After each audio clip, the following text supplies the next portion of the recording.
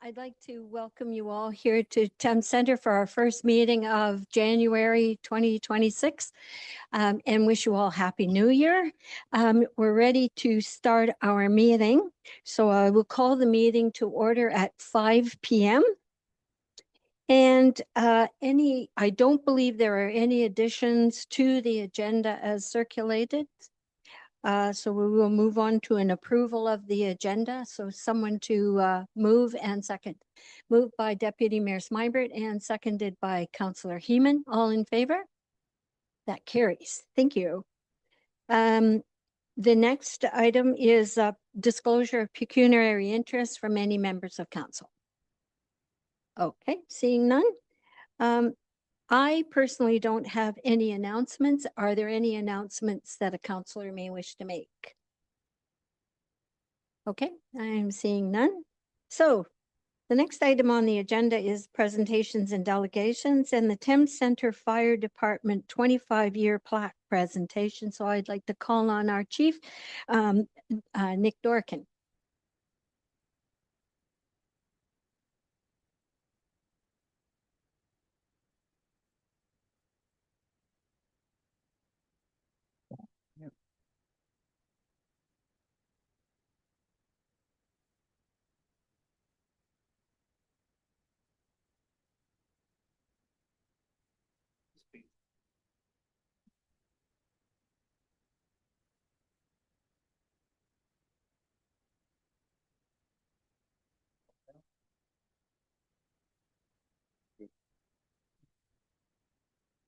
Good evening, Mayor and Council. Tonight, I am proud to be joined by two of my right-hand men, Acting District Chief Rick Sager and District Chief Wes Fox. And tonight, we're here to celebrate 25 years of the Thames Center Fire Department. So we've now been together for 25 years. And as you know, after an amalgamation of the North Dorchester Fire Department and the West Missouri Fire Department, in which we have two esteemed guests here to speak about their experiences since they've both been on for over 40 years. Chief Sager. Thank you. I started on these grounds with North Dorchester Fire Department then, January 19th, 1984. Loved it ever since. Yeah. And Chief Fox? I started 40 years ago back in West Missouri in a very small building, our first fire hall. And then we moved to our next fire hall, which I was in until a few years ago. I guess it's be 6 or 7 years ago now, which we moved into our new hall that was built by Thames Center. Prior to that, yeah, we had the two older halls. We made them work. I don't know how after moving into this nice new big one, but yeah, it's been a long career and an enjoyable career, and like thanks Thames Center for everything they've done for us. There you go. So as two stations have become one fire department, and celebrating our 25 years, we have come together with a plaque to present to you, Mayor and Council. So if you would be so pleased to come and unwrap your belated Christmas present, but we had to wait till 2026 anyways.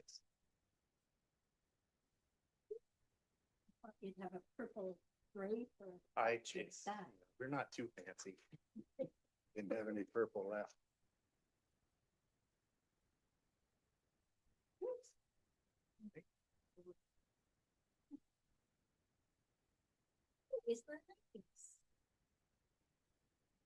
There we have. So we have both of our stations lined up for some pictures, and we've got our crest there as well. So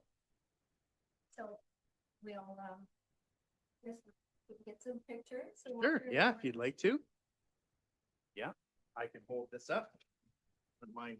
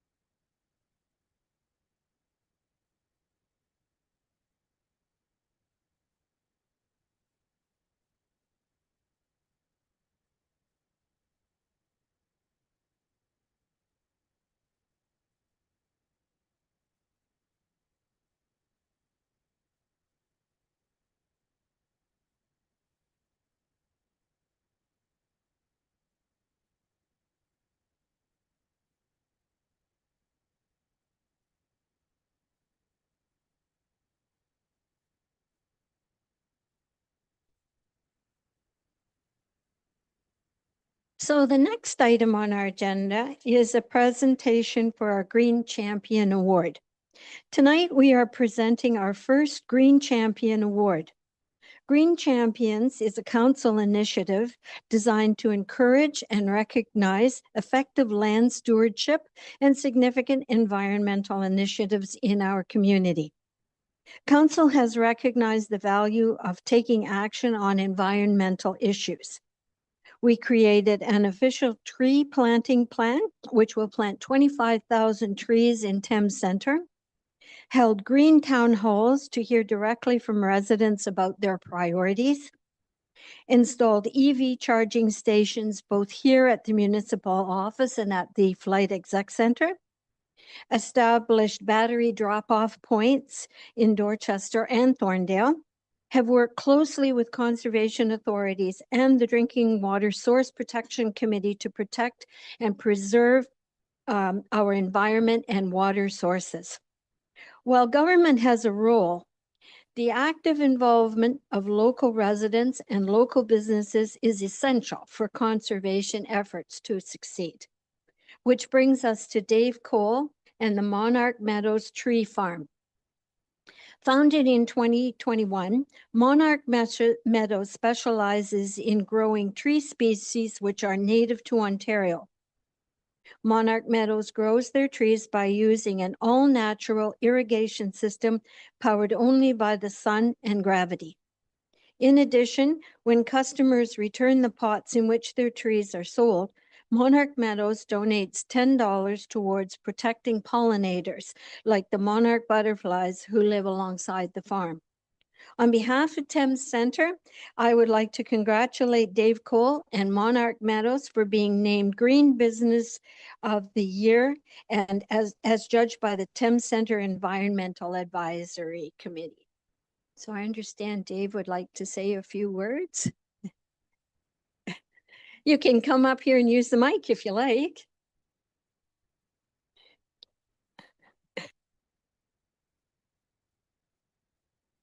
The middle one, when it lights red, you're good to go. There. Got it. So yeah, thank you to council for supporting our business. I think the award will help us grow and continue to succeed, and that in turn will hopefully spread, endangered trees and native trees through Thames Centre, which is obviously a good thing. So thank you very much. Thank you. So thank you. Okay.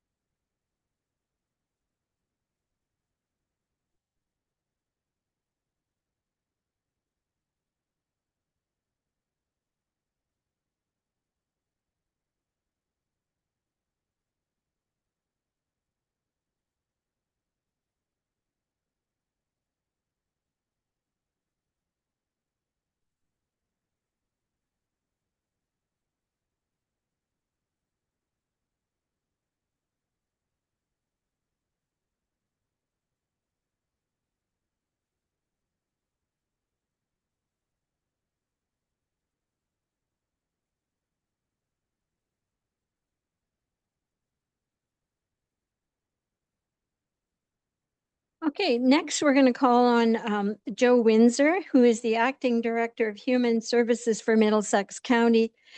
He's here in attendance to provide a presentation on homelessness supports in Middlesex County. So whenever you're ready, Joe, we're pleased to have you.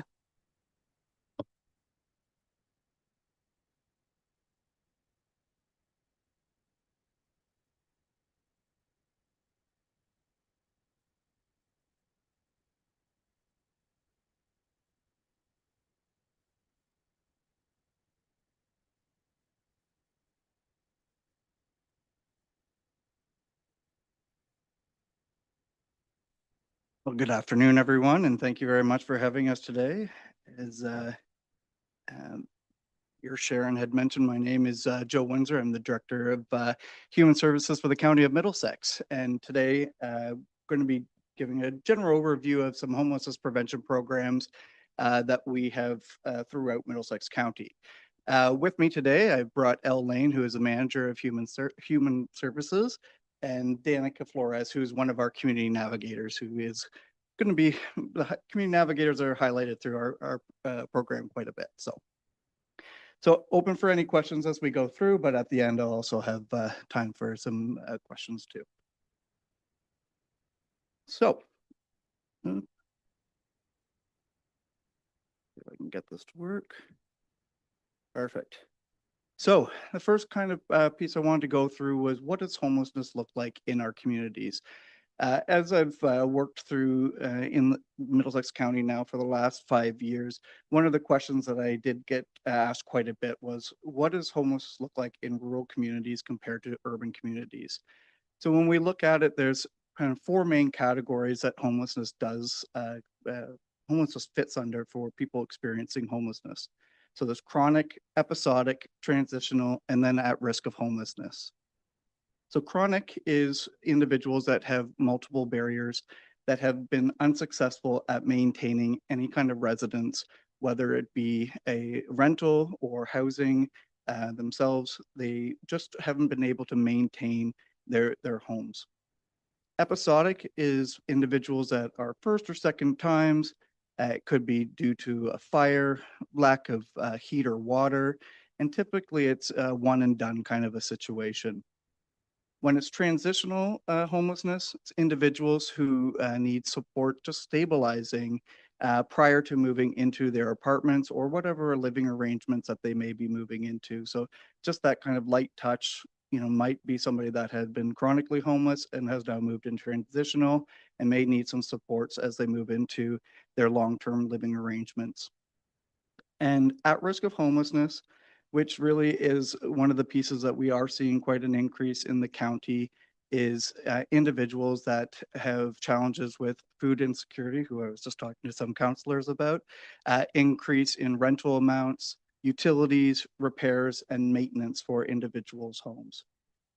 When we talk about homelessness, it does come in various different ways. And one of the things is whether it's visible or the hidden homelessness, where in the county, we do see a lot more of that hidden homelessness. So visible homelessness are those individuals that you see that are living unsheltered under a tree, in a forest, under a bridge. But then the hidden homelessness are what we see, as I said, in the county more. Those individuals are living in cars, in trailers, or living on a friend's couch. So doing that kind of couch surfing. Some of the main barriers that we are seeing throughout Middlesex County around homelessness is the lack of transportation for individuals to get to and from other appointments, or being able to find and maintain their current employment, or connecting to community partners. Individuals also have lack of funding, so whether it be full-time employment, access to Ontario Works or ODSP, which is the Ontario Disability Support Program, and other individuals that have also poor credit checks, so then they're not able to access and maintain some rental units that are out there. And the other big piece is lack of affordable housing. So there is a difference between community or social housing and affordable housing.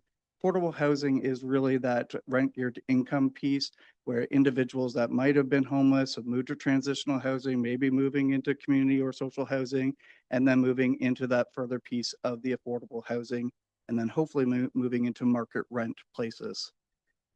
I'm not sure if everybody knows, for individuals that are on Ontario Works, but the maximum that somebody can receive in 1 month is $733.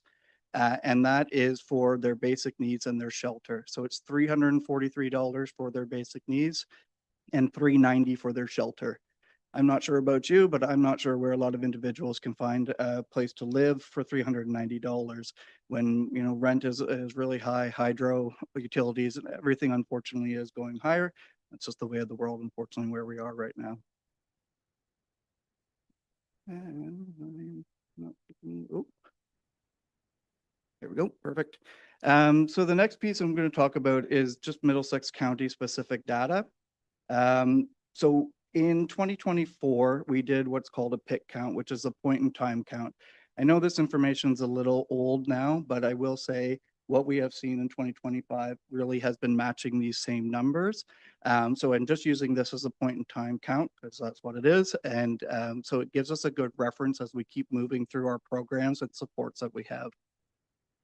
So we had 68 individuals that are identified as unsheltered. And the average age was 39, where the oldest during that time period was 71. We are seeing an increase in seniors or individuals that are over 55 that are experiencing homelessness issues or at risk of homelessness. Some of the top reasons for the homelessness issues at that time is income, so lack of affordable housing, relationship breakdown, so it could be partner breakdown, family breakdown, just whatever relationship it was, landlord breakdown, which is the next one, which is the conflict with landlords. The main income sources was Ontario Works, Ontario Disability Support Program, but we did see other individuals that were on fixed incomes like CPP disability, employment insurance benefits, but we're also seeing an increase in people that have employment income. So just working your jobs anywhere, individuals are. Everything's getting more expensive and people are getting tight with their funds. To kind of support this, we started a program back, actually kind of was born out of the COVID days. So what we had realized is that we don't have a lot of services and supports in the county for individuals. And when that happened, when COVID happened, a lot of individuals weren't able to do that same couch surfing, staying with family members, et cetera, because people, rightfully so, had some hesitations about having individuals at their house. So we started a program called the Middlesex Accommodations Program, which is still actively being used. And it is actually located just outside of Strathroy. It's actually in LA Metcalf, but it does support everybody within Middlesex County. That program, since its inception since 2021, we have supported over 250 individuals, 77 in 2024, and sorry, that's a little old presentation, but 65 so far in 2025. And I don't have the final numbers yet for 2025, but obviously it was higher than 65 at that point. And we do have a consistent wait list. So sometimes, in the winter, it actually grows a little bit. In the summertime, it's a little bit less. Right now, I think we are floating around 15 individuals that are on that wait list. We implemented a program called HIFIS, which is the Homeless Individual and Family Information System. There are a few different community programs, partners that are on that program with us. So our community navigators, so Danica and Veronica Newberry, who's not able to make it with us tonight, is the other community navigator. We have YOU, it's a youth opportunities that is in Strathroy, WRC, which is the Women's Rural Resource Center, and then CMHA, Thames Valley Addiction Mental Health Services, who also runs our Middlesex Accommodations Program. Through that, the average age at that time, when I created this PowerPoint, which was in November, the average age was 44 individuals. And so 10 of those were 50 who were on what's called our by name data or the by name list, depending on what you want to call it. And then when we looked at that, looking at those individuals, we were able also to tell the acuity rates, which acuity is higher acuity means that individuals need more support. Lower acuity means individuals that may just need a light touch to find another place to live. So we had 33% of those individuals on that list that probably needed more of that higher acuity and supportive housing.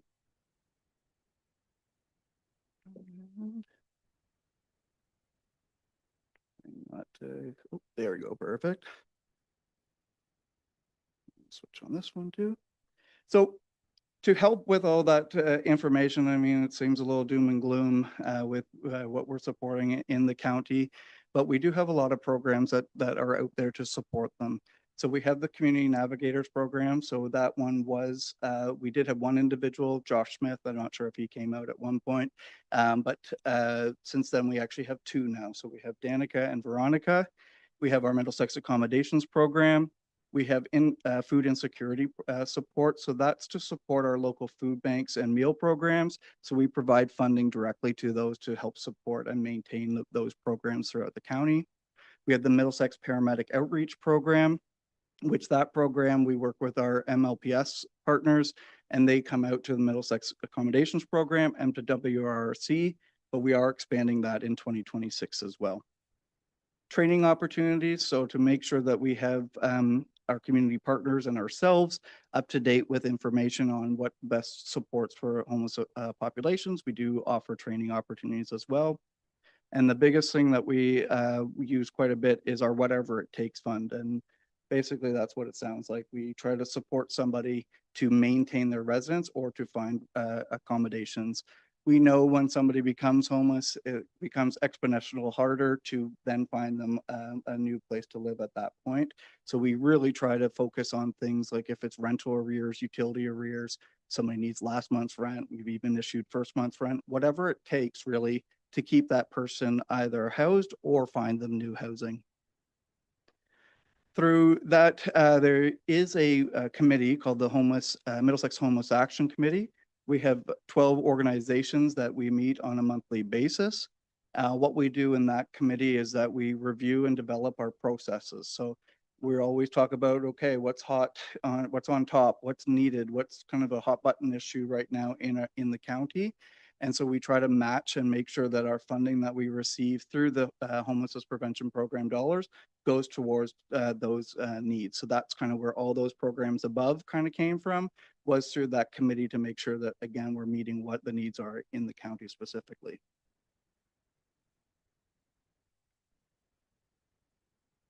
Perfect.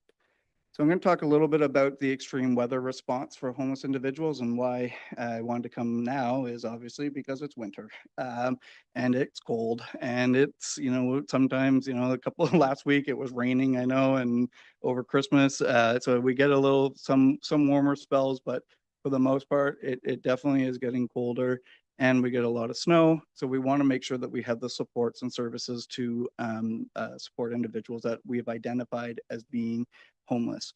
So that's what our process is we identify if somebody is homeless.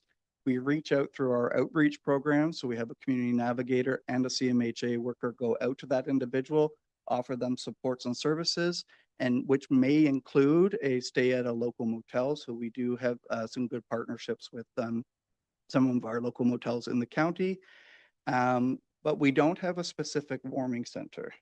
So the library, though, is a great place to go and get warm if there are individuals that are maybe homeless or at risk of homelessness. They need a place to go. The library staff as well we've had great conversations with them to make them aware of all of our programs and support. So if somebody does come in, then they know who to connect with, which is usually our community navigators, because the community navigators do go out to each of the 5 comprehensive libraries. Most libraries are open on a daily basis, except for Sundays. And so then the libraries are aware of all the community supports and services too. So we don't have a specific warming center, but it is a great place for individuals to go to get warm.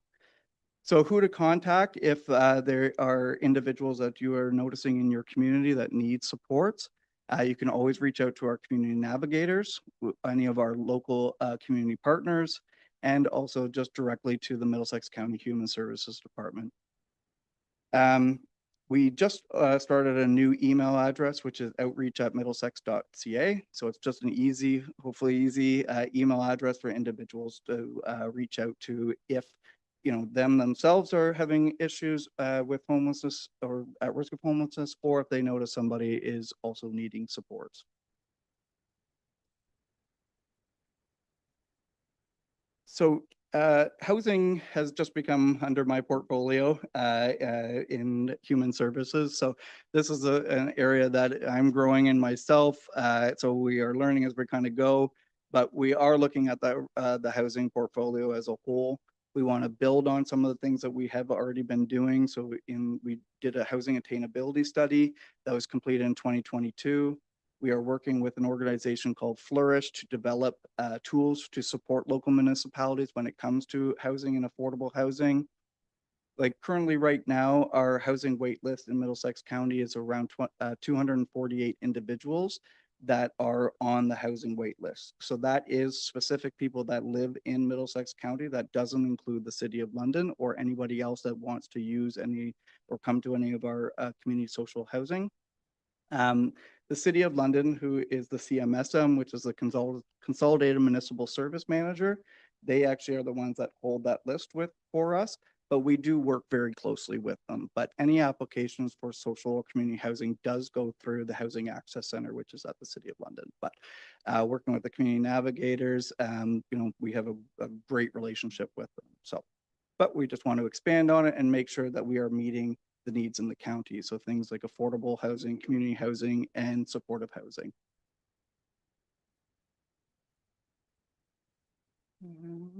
Perfect. So with all of that, we actually put it all together in a nice little package called Connecting Journeys, Home Within Community. So you'll see that that slogan and the logo a little bit more as we roll out more of our community programs for homelessness.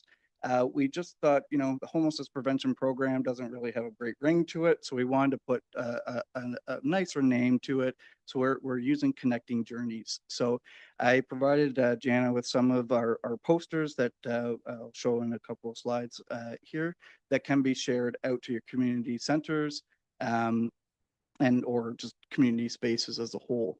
So we have lots of great work that was happening in the homelessness prevention programs, but just I think we weren't sharing it well enough out for people to understand really what was going on. So through the Housing Stability Action Plan, which is another program that we are working on with the City of London, which we are combining our London and Middlesex plan, we heard that we needed to really have people understand and create new access points to the services and supports that we have in the community. And go to the next slide. So I feel like I'm probably talking a lot, so I'm going to try to go a little bit quicker. I apologize. So this is if you get a chance to go to our website, we have updated our website information with a new logo with that slogan. We wanted it to stand out a little bit more so that it does reflect it outside of what the rest of the website looks like. So if you get a chance, middlesex.ca, Human Services, we have the housing and homelessness slides there. The next piece here is a poster and postcard. So as I said, you will see, or this information is available for anybody that would like them. So we do have some posters and postcards. So they will be put in areas throughout Thames Center, but throughout Middlesex County, again, for people to just know where to go if they're having challenges with homelessness or at risk of homelessness.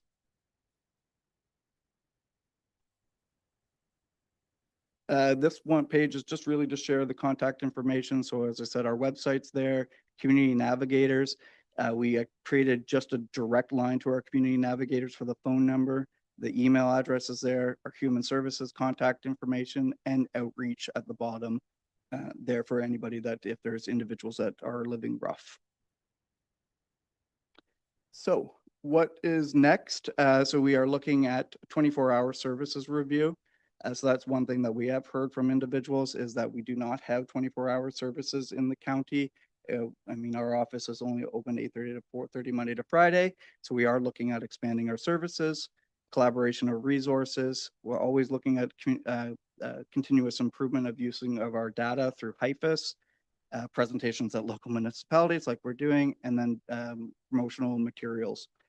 The last piece I'll leave you is that, so the Housing Stability Action Plan for 2026 to 2031, we will be coming to each of the communities with the information about what the updated Housing Stability Action Plan will look like. So please know that that information is coming. We're hopefully going to be using your local library to have a presentation there. And that is it. So sorry, I know I tried to get it all in at one time, but lots of information to share. So That's okay. We've had longer presentations than that, Joe. okay, perfect. So thank you very much No for problem. coming and to your team. I'll turn it over now to council should they have some questions. Councillor Heeman. Well, thank you, through your worship for the presentation. It's good to see that there's a lot of action on this, and I think we have the tendency in rural areas to have a lot of hidden homelessness, and it's good you're taking a proactive approach. And I think there's also the difficulty that when someone gets into a vulnerable position, they unfortunately have to leave our communities in order to get provincial services. And so, yeah, I think that it's worth keeping our family members in our community. And so it is a difficult task. And I just wondered from an advocacy standpoint as a municipal partner, if there was anything we could do to advocate to the province. And I see you have very much a housing first approach with some integrated services. And I'm just wondering whether those wraparound services are adequate to our needs and also to our regional needs. Thank you, Councillor, and through you, Mayor, to Council. That's a great question, and I think that's something I think in 2026 we need to look at is what is our advocacy needs, what are our needs, and how do we work together as a community, as Middlesex County as a whole. I know that your mayor and your deputy mayor who sit on county council have been very passionate about this as well. So we will continue to work with county council on where do we need to have that support from our local municipalities as well. So. Deputy Mayor Smyberg. Great. Thank you again, Joe, and for your team for providing some awareness in terms of all the good programs that that you put a lot of work and effort into. I think you do a lot of work, and I think it's important that that information gets out into the community. I think what was shocking for me was that 1 in 3 people in Middlesex and London are food insecure, right? And so that was like a provincial report that was done. Is there some kind of similar report that's done with housing? Because I can only imagine with 1 in 3 being food insecure, you're going to be very busy in terms of your housing portfolio, because that's only going to mean that we're going to see more people struggling to keep a home. But I think what was really more interesting than that was I always thought it was the ODSP and some of those financial supports that really need to be increased to help those vulnerable populations. But it's more or less the living wage. Like, what was shocking to me is that people that are working full time, and these are families where 2 people are working in a family full time, and they still cannot afford their food. They still cannot afford to live in their house. And again, speaking with what Councillor Heeman's saying, we would love to be able to help advocate, just not really kind of sure how to go about that. But I think it's really important that we're all aware that this situation is pretty bleak, and I think it's only going to get worse unless something, and I don't know what that something is, but obviously a lot of people are struggling. And thank you. And absolutely, when it comes to the food insecurity piece, it is kind of our next big topic that we're trying to focus on in 2026 is to really understand what programs and services are out there. I know that in Dorchester here, there's the Dorchester Food Bank. And, individuals can still access some services in London. But, going back to Councillor Heeman's point, like we want to make sure that we are providing the services and supports in the communities in Middlesex County. And the answer isn't, we'll go to the City of London. We want to make sure that we have those resources and supports. I just want to make sure that, with that Middlesex accommodations program, yes, it might be located basically across the City of London. But if individuals that are from Thames Centre are accessing those services, we do always try to talk with that individual. Where do they want to go back? It's not a matter of like, oh, we're only going to find you a space in Strathroy Caradoc or London or whatever. They want to come back to Thames Centre. Of course, we're going to be working with them to get them back to the area that they were. So we want to make sure that all the services and supports are available in each of the communities. Councillor Heeman again? Yeah, just one last comment. Like, actually, the first time I heard about tiny homes and ARUs was in the context of providing temporary accommodations for at-risk youth. And so I think it just speaks to some of the policy work that we're trying to do to create those bridging accommodations, and that we should continue to do that from an administrative standpoint. So thank you. Thanks, Councillor Heeman. Just one question, and I may have missed this, and I apologize if I did. How do you identify, other than maybe ODSP or whatever, who in our community, because from my point of view, it's not something I see on the streets every day like you would see in a city. So how do you identify people out here who are homeless, or I know we can take care of the food insecurity because our coordinator is very good at looking after that. But do you know, Joe, how we do that? Yeah, it really is our connections with our community programs and partners. So the work that CMHA does, WRC does, the community navigators, the local libraries, we do look at, the portfolio is the Ontario Works Department as well. So we do use that data as well to understand where are people in the county and who needs the supports. But really, because, knock on wood, as you said, thankfully, we don't see a lot of that visible homelessness. It is a little challenging. And that's why, again, we wanted to come to do these conversations, because maybe we are missing individuals and we don't want to. We want to make sure that people understand that in the county, there are resources and supports that people can access that will support them in their homes or places of residence in Middlesex County. Well, that's good. Thank you very much. Any other questions from council? Well, again, thank you to you and your team for coming here and making this presentation. I think it was something we needed to hear. And we'll probably see you tomorrow at county. Yes, you will. All right, thanks. Okay, Have a great thank night, you. guys.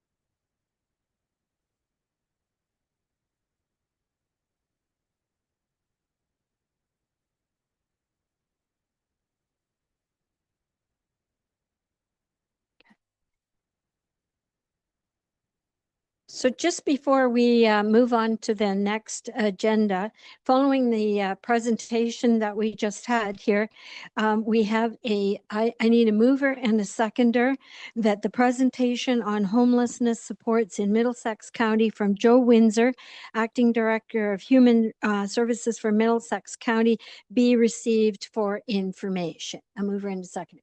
Moved by Deputy Mayor Smybert and seconded by Councillor Heeman. All in favor? Okay, see Danielle, that motion carries. Thank you.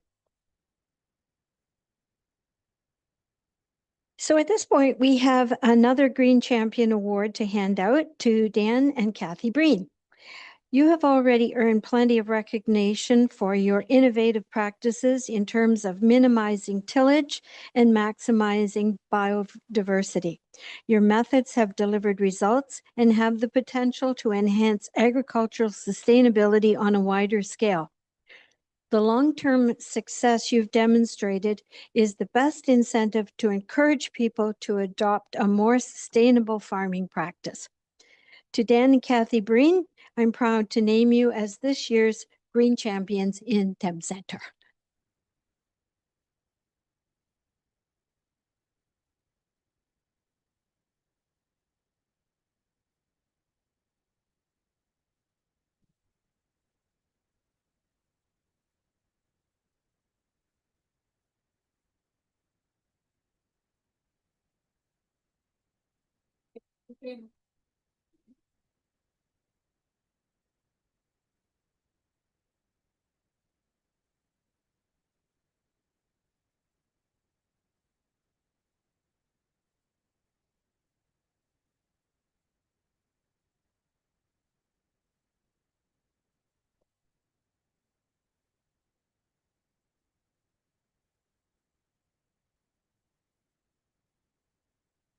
Support.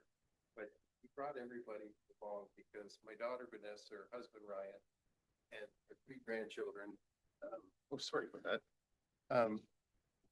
I brought everyone along because I didn't start this initiative, if you will.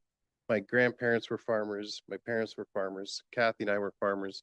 Now, we did adapt greener approach to farming. And hopefully that has impacted ourselves locally in our, like our family directly, but our local community and our watershed and everything else. And then now to see Vanessa and Ryan continue that and to see the three grandchildren show an interest in what we do and why does it look different and things like that. So it's a real honor and a privilege to receive this award and to be encouraged that it will continue our efforts to filter our water, our air through the biodiversity on our farm and produce milk for you all to drink and the byproducts of that. And so thank you once again for this award. And it's I our appreciate pleasure. Very- So congratulations to all of you. To you as well. Macy, Macy, Charlotte, Darlene. and Austin. Austin, nice to meet you all.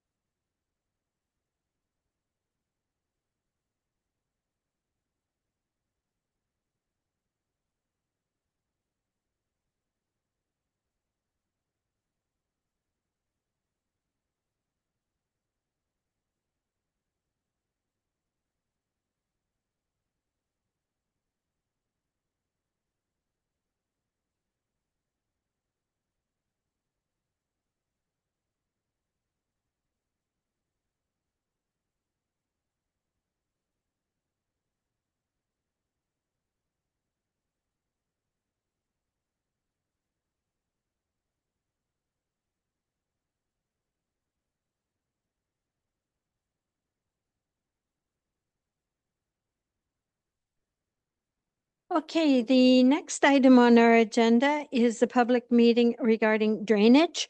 And the first one, 7.1, is a meeting to consider Dundas Street Drain 2025. And we'll get an overview from our engineer, Mike DeVos, whenever you're ready, Mike.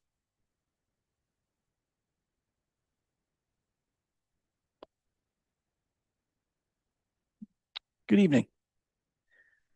This report before you was prepared in accordance with Section 4 of the Drainage Act. It is for a new municipal drain. There was a petition submitted by several landowners on the north side of Dundas Street, west of Nisuri Road.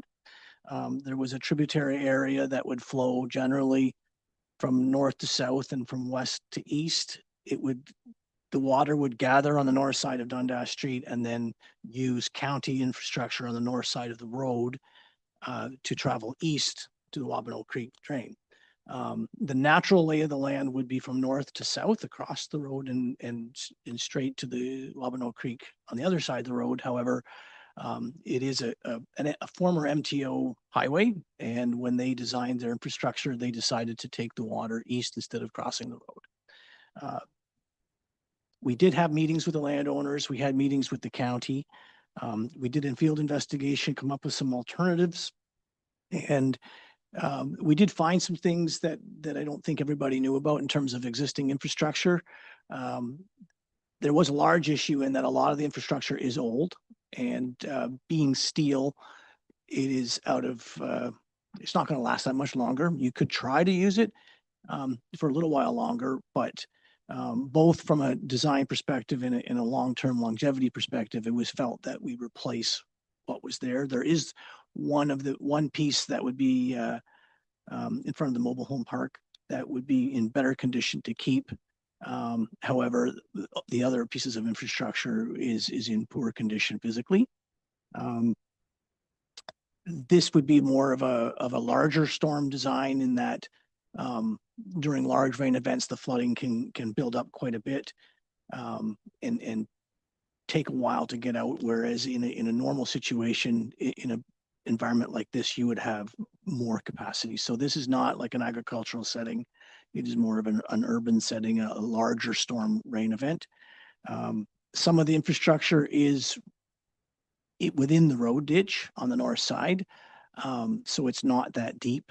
There are some subsurface drains that come out to the road ditch and outlet in the road ditch. And so that was one of the reasons that triggered the county to say they don't want to tackle this themselves.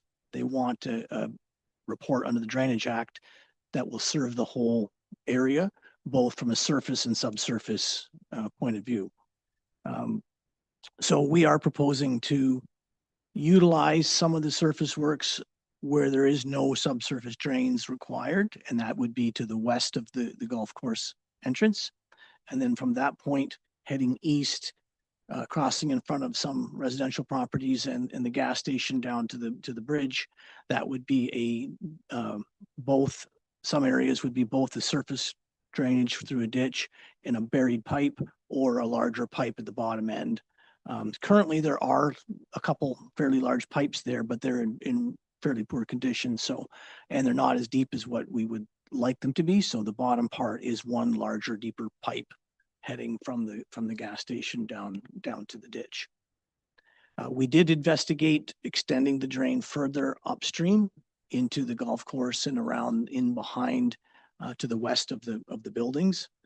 There is some private infrastructure in there that isn't as old as some of the other infrastructure. And after reviewing the cost involved, they felt that it was best at this time, let them continue to use their private infrastructure for now, see how the improvements starting at the road work, and it might make their own infrastructure work good enough that they can keep it that way. So I think I'll stop and open up to questions. All right, thanks, Mike. So are there affected landowners in the gallery here who would like to ask questions? Anyone with questions? I see somebody at the back. Would you like to, let's see now, where can we have you? Maybe we can bring, we need it for the recording, so if you don't mind. And just if you could introduce yourself, please. Matt Wakonig, from the west end of the project here, probably like 4 or 5 houses in for the open ditch section. So basically my big complaint about the ditch there is the runoff from the road and from the airport all comes down the shoulder of the road. Doesn't appear to be graded that it actually makes it to the ditch. It usually uses my driveway and with the water clears out all my driveway because I have a gravel driveway at the end there. So it basically uses my driveway as the entry point into the ditch system for the most part. It would appear like I've sent some pictures to Travis Pitt at the time when they were doing the consultation because I wasn't able to make the meetings. So I was just wondering, like, is this going to include a bit more care with the road grading on the side there with the grader? Because that kind of creates its own little ditch above the ditch along the side of the road that all the water will come running down. Mike, is that a question you can answer? I can try. Okay. Yeah, not knowing exactly where your property is, within the area of where this drain will be built, there will be improvements and things like that can be taken care of. This particular project, though, is only going to go 2 properties to the west of the golf course entrance. We're looking at culverts and basically just cleaning the ditch, which is completely sufficient on my end.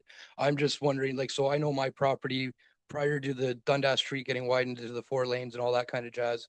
Like when my grandfather was there, it was an original property of one of those originals and built back in the 60s, besides the farmhouses there. That ground has been raised so much and my property level is so far down. I understand that's on me to kind of rectify that, but it just kind of trying to figure out what are my, how can I help with this during this process type deal to try and alleviate some of my concerns of having my driveway washed out every time it rains. If are you on the new work or are you upstream of the new work?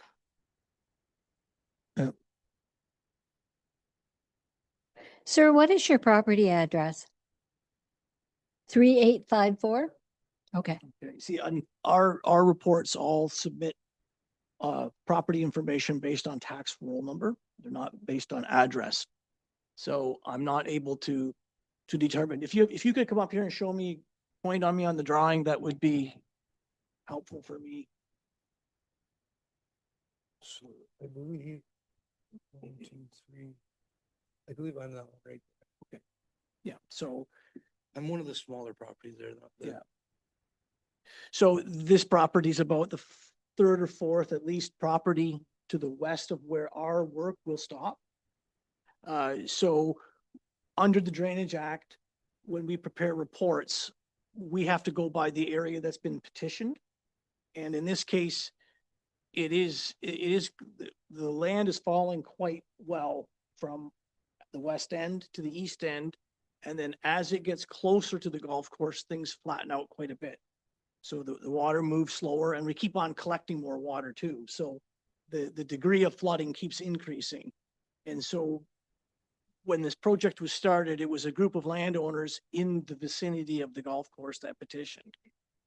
Not as far up to the west as where your property is. So where you are would be county infrastructure. And so what I would suggest is to try to make sure that that county infrastructure is working to the best of you can, is you'd have to deal with the county to make sure that the surface culverts are clean. We found that the road ditch in this area was full of sediment in a lot of places. The culverts had a lot of sediment in them. So the culverts themselves weren't working nearly to the tune of what they should be. And just doing maintenance would help significantly. We did find that the condition of the old pipes were poor too. So we didn't want to go and just say, let's just flush them out and incorporate them when we knew that they might start falling apart if we start blowing the sand and sediment out of the pipes. So where we're working, we're replacing them. But you are upstream of that. You'd have to deal with the county. If you don't get success with the county, you would have to get together a group of owners in your area upstream further to petition for a legal outlet. So it's my understanding that I am in like that portion that it is indicated that they're going to be doing ditch cleanup and culvert replacements up on those houses on the west end, correct? No, maybe the county has some maintenance schedule that I'm unaware of. I'm pretty sure in your proposal, it says that those properties will have the draining. Not the property that you pointed at on the map. We're only going past two houses that are west of the golf course property. Okay. So the first two are being done. They actually have water that comes from the backyards and even a little bit from the golf course that actually come Well, down and come. my out property will towards- also have that problem as well, coming up between the two houses. So those were the properties in that lower area that had petitioned. We are stopping our work on the west side of the second property. And then from there on, there is a road ditch and there is water coming. There's 1, 2, 3, 4, 5, 6, 7, 8, 9 more residential properties where water would get into the road ditch and flow down. Those properties are being served by county infrastructure. Councillor Heyman, did you have something you wish to say? Well, I'm just, our third item or item C is to add or remove name to the petition. So that might be an appropriate time, but also to, if there is interest in adding a property to the petition, but also in your preliminary discussions, was there interest from properties further to the west, or would that, is there no? Yeah, at that time, no, we did not have anybody further upstream. There was one property that was signing in support of other properties that didn't want any work, but nothing past that up in this particular area where we had any landowners who had signed.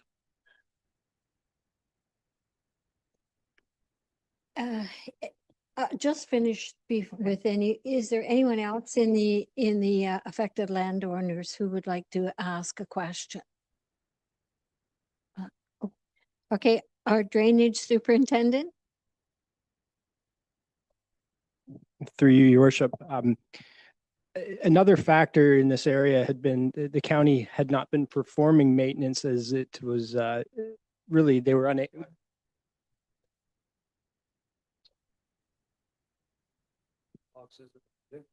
Yeah, they were fairly unable to perform maintenance. One, mostly because they didn't have a suitable outlet to take the water, so digging wasn't really going to do much. It's not impossible for, once this work's complete, to request if they were take a look at that ditch again and do some internal work. I don't expect that would be much of a challenge once the new municipal drain report has been complete and constructed. just a thought that, that could help in this situation. Okay, Travis, good. Thanks. That's good to know. Anyone else? Okay, then I will turn it over to council if there are any questions. Deputy Mayor Smybury? Well, I think Travis actually had kind of addressed the question I was going to ask Mike. So when you had the on-site meeting, was the representation from the county at the meeting, and was the matter of performing maintenance discussed at all? They were at the very first meeting. At that point, we didn't know the extent of the issues. So there was just basically the very first meeting. After that point, we've dealt with them through correspondence and some phone calls. They hadn't really seen and taken a look really closely at what we were providing and what they were providing at the time. They reviewed it and they did not have issues. It was a fairly large cost to them. They acknowledged that it was a large cost, and they acknowledged that it was mostly currently their infrastructure. They said at that time that they wished us to proceed through a report, and they didn't want to do the work themselves, that they wished a report to be done.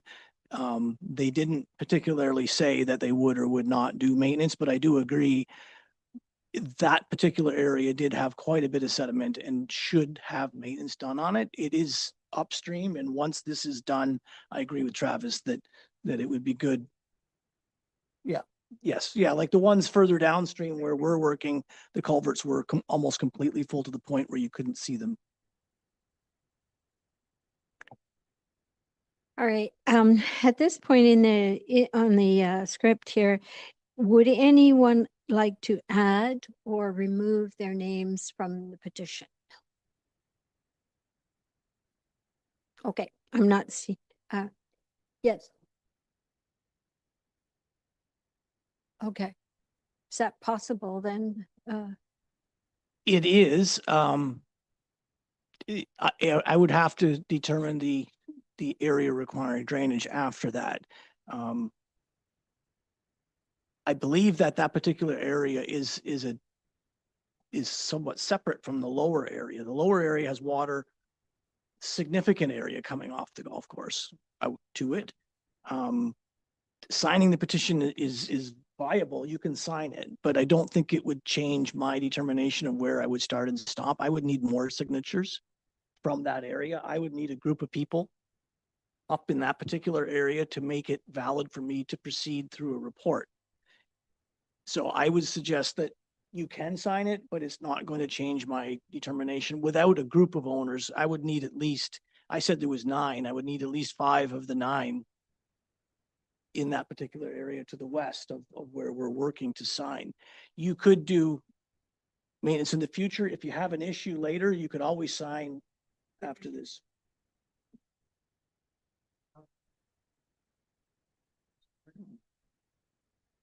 Yeah. County's supposed to look after the ditch because it's their right of way, but that's where I kind of get ping pong between the Yeah. three because of where that location is. It's literally 5 houses in from the city of London. I'm north side is Thames Center is Thorndale, essentially. South side is Dorchester. So I kind of get ping ponged around there, and I've had more conversations with the Middlesex County yard there on Missouri Road than I'd like to mention, but it's a constant issue there where I get that my property is the low lying fruit there, and that's where all the water's gonna go. Like my front yard, a third of it backs up onto there because I get downstream will help move that away. But as it sits right now, like I get a third of my front yard is backed up with drainage water, ditch water, sorry. That Yep, I hear you, and I understand. That's similar reports I was getting from some of the other owners. It's just that this area, it does have a lot more grade. It's uphill and it's a different area. I would need that group of people to sign to give me the authority to go up past. that's kind of where I'm saying I'm the low one hanging out there because I got the low property on all that group. Therefore, it doesn't affect them, it affects me. All right, thank you. Councillor Heyman. Yeah, so I'm just wondering how we get the quickest result. Because you mentioned earlier that those adjacent property owners are not interested in signing, which would make a potential addition it's an exercise that we might know the outcome already. And I think like we need the county to do maintenance, and it's been expressed by Yeah, our own staff. and- I think that maybe even the municipality approaching the county in this area saying, like, Yeah. it needs maintenance. I don't know what the problem is, why it's not getting done or why it wasn't done already. In this particular area, it's a little more straightforward. There's no big pipes like down at the golf course. There's a fairly big drain coming from the golf course, and they didn't want to do that work. This is upstream in a more typical setting. From an engineering standpoint, it's really about maintenance. It's not like you have the outlet now. So to sign on to the petition would just give you a potential liability in terms of assessed benefit for the cost of downstream that you wouldn't incur. Yeah, what, Oh, yeah. if you could get 5 of 9, or I would have to look at the exact. Like, area. the reason I'm a bit confused now is Yeah. I was told to come here tonight because I received a package saying you're getting billed more than whatever the minimum is, so you're now been informed. What work is actually happening Yeah, that work. for my property? Because I read that, went through that pretty extensively. I read that as ditch works being cleaned and we were getting new culverts on the west end. Yeah, maybe you didn't get that out of the report. We tried to describe in the report the areas that were being done. And it was starting at the west side of the second property from that point downstream. So from that point east, the upstream areas are being assessed under the Drainage Act. Any property that has water that would flow into the area that's being worked on is liable to contribute financially towards that work.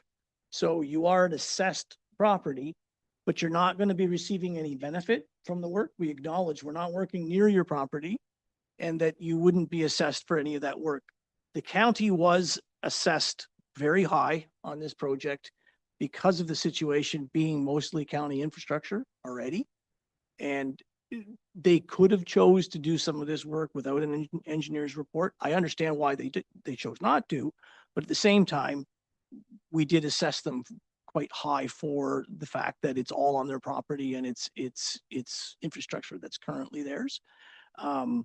So, you know, you are an outletting owner, you're part of the watershed, but you're not in the area of the work. I could come out and look at the property and give you an exact number of properties that would need to sign. If you want to sign tonight, I could do that, but I have my doubts that I could say that your signature alone would be good enough for me to come up past your place. Yeah. So, yeah. Yeah. Yeah. Yeah. Yeah.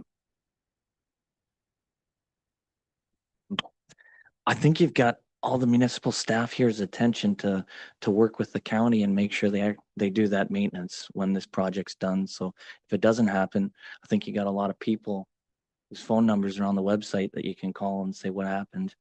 And hopefully you don't have to call a follow-up, and that everyone just does their job at, you know, all the 3 different levels of government that are on this thing. So I think we'll get there. Thank you.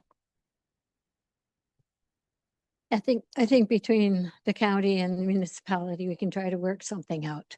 So, okay. All righty. Any other questions from the affected landowners or anyone else? No? Okay, then. So the decision before us, as members of councils, that report number DR 002-26 prepared by the drainage superintendent dated January the 12th, 2026, be concerning a meeting to consider the Dundas Street Drain 2025 be received for information, and that the drainage report for the Dundas Street Drain 2025 as prepared by Street Associates dated November 14th, 2025 be received and adopted, and that the first sitting of the Court of Revision on behalf of the Dundas Street Drain 2025 be scheduled for February the 9th, 2026. A mover and a seconder, please. Moved by Councillor Lockie and seconded by Councillor Heeman. All in favor? That carries. Thank you. And I guess you have another one to present here on the Crinkclaw drain as well. Whenever you're ready, Mike.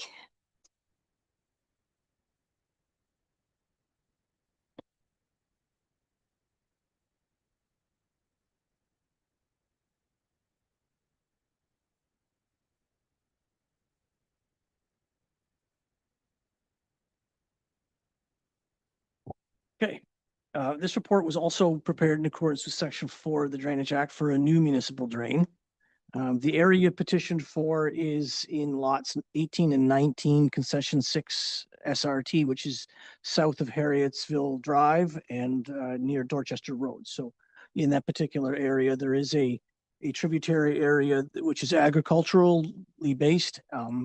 It is currently partially tiled, so there are some private tiles serving the area, but there is an existing private drain, main drain in the lower part that is quite old and shallow and then not large enough. So the owners have petitioned to have that old system, private system, replaced with a new municipal drain designed properly in terms of its sizing and depth to accommodate the tributary area. The sizes of the pipes would range from 8 inches to 18 inches. There are some utilities along Dorchester Road, and there'll be a new road crossing across Dorchester Road. So there would be some work there that's involved with the township or with the municipality. And then also a small amount of open ditch work downstream to provide a little bit of clean out downstream of the new pipe. And there will be catch basins installed with some berming in places to try and push as much surface water into the new system. I'd stop and open up to questions. Thanks again, Mike. Anyone in the affected landowners on this petition? In the audience, no? Are you wishing to speak or ask any questions? Okay. Anyone wishing to add or remove their name from the petition? Okay, not seeing anyone. Any questions from the members of council? Okay, I'm not seeing any. So again, a decision, a mover and a seconder, that report number DR 001-26 prepared by the drainage superintendent dated January the 12th, 2026, concerning a meeting to consider the Crinkclaw Drain 2025 be received for information, and that the drainage report for the Crinkclaw Drain 2025 as prepared by Spreet Associates dated November 14th, 2025 be received and adopted, and that the first sitting of the Court of Revision on behalf of the Crinkclaw Drain 2025 be scheduled for February the 9th, 2026. So a mover and a seconder. Moved by Deputy Mayor Smybert and seconded by Councillor Heeman. All in favor? That motion carries. Thank you very much, Mike. Thank you. Okay, just drawing everyone's attention, number 8 on our agenda was a public participation meeting in the planning area concerning an initiated housekeeping amendment to the Thames Centre Comprehensive Zoning Bylaw governing shipping containers. This has been pulled by staff for further refinement of the bylaw, and it will be presented again on January the 26th at the next meeting. Okay. Item number 9 is the approval of the previous minutes. A mover and a seconder. Moved by Deputy Mayor Smybert and seconded by Councillor Lockie. All in favor? That carries. Thank you.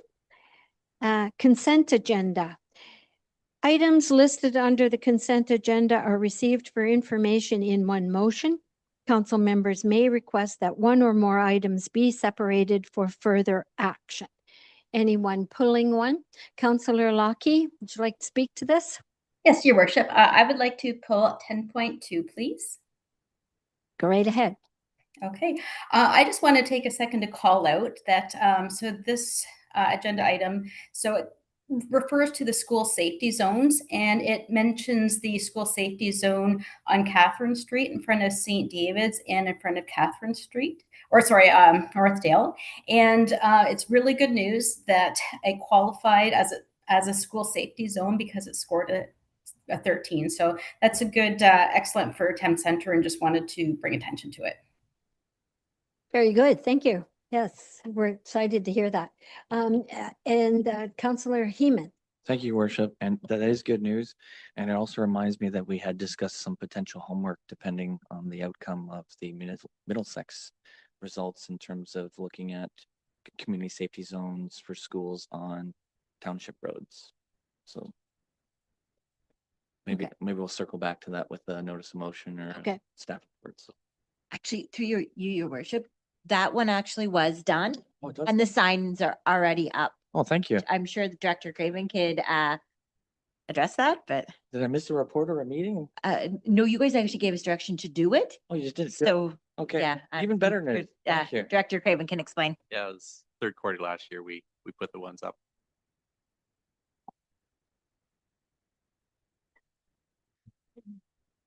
Okay. So anything else on the consent agenda from the members of council? Okay. Then a mover and a seconder that consent agenda items 10.1 through 10.12 be received for information. Moved by Deputy Mayor Smybert and seconded by Councillor Lockie. All in favor? That carries. Thank you. Okay. The next item is reports of the departments. 11.1 proposed 2026 fees and charges, and we're looking to our Deputy Clerk, Sarah Henshaw, to present. Thank you, Your Worship, and through you. The purpose of this report is to set the fees and charges for the 2026 calendar year. As Council is aware, the fees are reviewed on an annual basis to ensure they reflect current market conditions, participation levels, and operating costs. While most municipal services are funded through property taxes, updating the user fees helps ease pressure on the tax rate and allows us to continue to provide high-quality services to our residents. Public notice of the proposed fees charges was given on December 19th, 2025, in accordance with our notice bylaw, which requires the notice to be posted at least once on the municipal website prior to the passing of the new fees bylaw. In addition to the website, staff took extra steps to raise awareness by placing a notice in the Dorchester signpost and also by providing printed copies of the notices and the proposed fees at both of the Active Living Center locations. As part of the notice, members of the public were invited to submit written comments by Thursday, January 8 at noon, and that was to be included with this meeting's agenda. And written submissions were received mainly related to the proposed pricing changes at the Active Living Center. These submissions are appended to the report along with a petition for the same purpose. And there were also comments received regarding stormwater rates. If there are questions related to a specific department, our directors are available to provide further details. Thank you. Okay. Thank you, Sarah. So, Council, do you have any specific questions for the directors? Deputy Mayor Smybert? Thank you. This question is for Director McDonald in response to some of the correspondence that we received with respect to the pickleball user fee that was being increased. Can you just give us an idea of where we compare with some other municipalities in terms of costing? Certainly, through the chair. Definitely, the one thing that we haven't been doing is adjusting our fee over the last 10 years with regards to the consumer price index each year. So this pickleball rate has been the same price for 10 years now with no adjustments. So it hasn't taken into effect not only the consumer price index, but also comparable prices in the market. So we did take a look at those details. So first of all, the proposed fee of $4 is a better fee than offered by the Ingersoll Senior Programming. For them, it is $5 for a 2-hour session. And similar to us, they require membership for their senior center. with their senior annual membership being $80 a year, which is higher than our $35 a year. And right now they only offer that once a week, whereas we offer 7 times a week in Dorchester and 3 times a week in Thorndale. Our pricing is also better than offered in the London Spectrum, which is their programming for all sorts of extracurricular activities. For London Spectrum Senior Pickleball, for a 2-hour session, which is what we offer, it is $6, so higher than ours. And even they have some of their sessions are 90 minutes, so less time than us, and still more expensive at $4.50. Strathroy Caradoc, they only offer 1-hour sessions at $3, so that would work out to $6 for the length of time we offer. So those are the rates that we're still better than. We are equal to what Lucan Biddulph offers. They have it in sessions. You have to buy 8 sessions, and it works out to $4 per session for 2 hours, just like us. Then comparably, we found 3 rates that are more competitive than ours, but 2 of them with the asterisk beside them. The one fee that is, am I too close to my microphone or? Oh, it's okay. So for St. Mary's, they have a $60 yearly fee. And then to drop in for their pickleball, it is $2 for members and $4 for non-members, with 4 sessions offered a week. So not quite as many sessions, but the same length as us. The 2 other rates that we were able to find that were better than ours, but I feel are not comparing apples to apples, are down the road at Dorchester Golf. They are $5 per hour per court, but that's outdoor pickleball, and we have outdoor pickleball for free. So we're still competitive in that regard. And then as well, London has a recreation league called Huff and Puff for seniors. And for that, it is a $150 annual membership plus a $5 admin charge. And then for that, there's no session fees for their pickleball. They offer it in 4 locations in London. 3 of the locations have it 3 times a week, and the 4th location has it just twice a week. They are 2-hour sessions, but also due to the demand and the wait times there, right on their website, it says, we request players only attend 1 session per day and limit themselves to 3 sessions per week because there are significant waits. So when you do go, you're spending a good portion of that time waiting for your next turn and not on the court. So those are the comparables that we have. Anything else? Yeah, I guess like when it comes to municipalities, we're limited in terms of how we can get revenue, and obviously one is through the tax rate, the other one is through user fees. So I guess my question, and I guess what I'd like to see someday, and I don't think it can happen today or this year, is, I think we should be taking a look at a fees and charges review, just to make sure that we are charging what we should be charging. I understand that we'll never get 100% from the operations of the center. Like, we're not going to expect 100% recoupment of those fees, but should we be at a certain level? And certainly when we take a look at the fees with other municipalities, are we being fair in terms of, is that the fee that we should be charging? Because we just undertook a big capital expense, right? And the expansion of the center, which is one thing, but then we have to understand that there's going to be an increase in those operational costs moving forward as well. So I think we need to kind of understand what those fees are, what those charges are, so that we can better ascertain what fees we should be charging, so that we can recoup a portion of our operations. If we don't do that, if we're not being fair, then what we're asking the taxpayer to do is subsidize some of those programs. Thank you, Deputy Mayor Smybert. Anyone else wishing to speak? Councillor Lockie?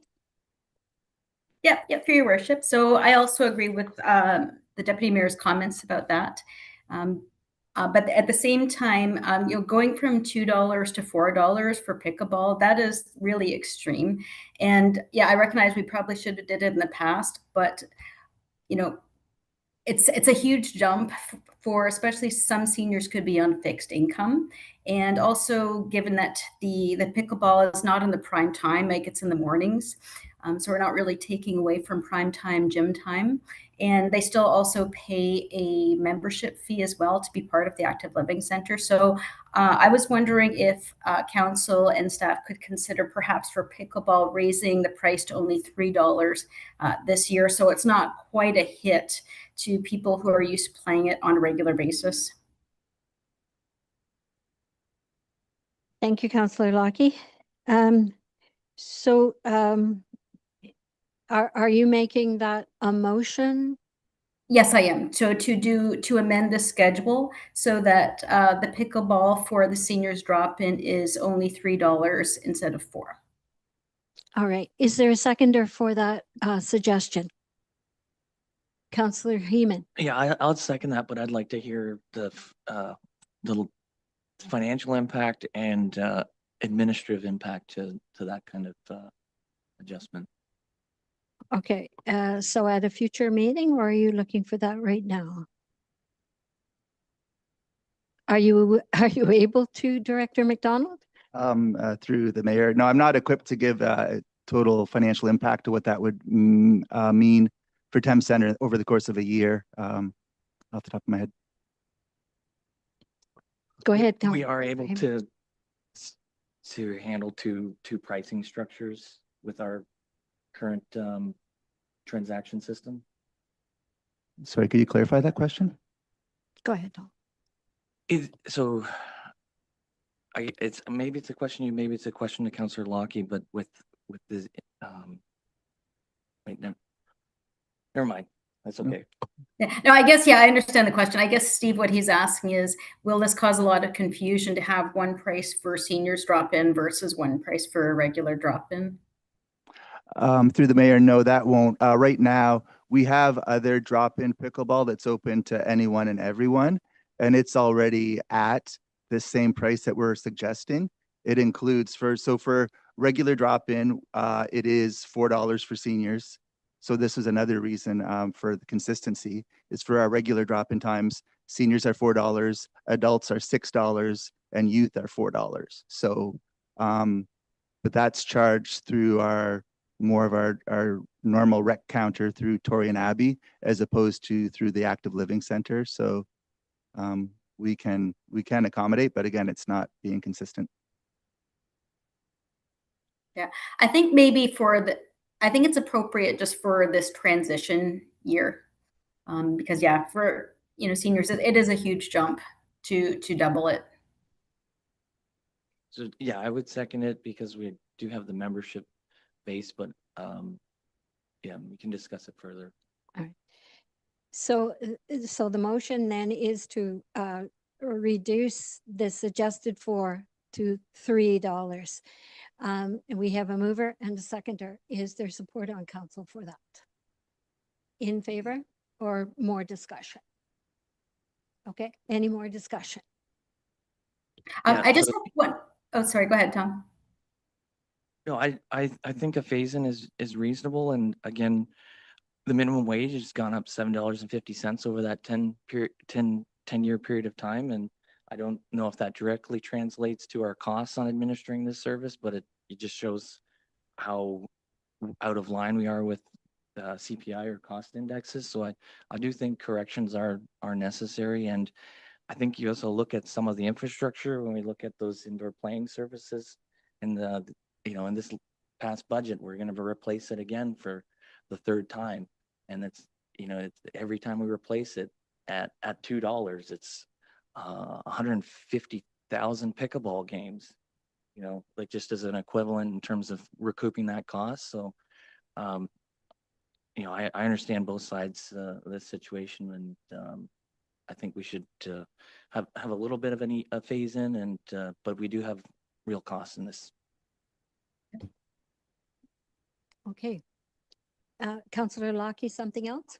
Yeah, through your worship. I would just like to make another comment, maybe for next year when we revisit the fee schedule, perhaps we could show when each fee was last increased, so we can make sure that we don't go so many years without, the regular price increases. Okay, thank you. All right, are we ready to call the vote? All right. So those in favor of the amended motion, moving it from $4 to $3. So 2 and opposed?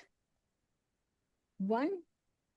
Okay. I do have to vote.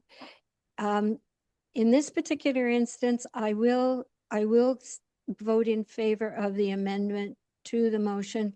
But clearly, I want to make this comment, and that is that it is revenue from recreation does not support everything we do. And at some point or another, we do have to keep our fees in line. So we will, all in favor then is, no, we've done that. So the motion is accepted then. Carried. So the next motion, and if you guys are done your discussion on the fees and charges, I'm not sure. Yes, the next one is that it's that the report be received for information and that the proposed 2026 fees and charges bylaw be considered as amended in the bylaw portion of the agenda. So that will be an amendment to Schedule L. Okay. Councillor Heeman? Seconded by? Councillor Lockie? All in favor? Those opposed? Okay. The motion carries.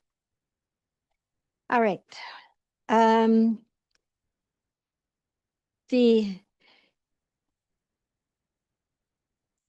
Thank you all for your attendance here tonight.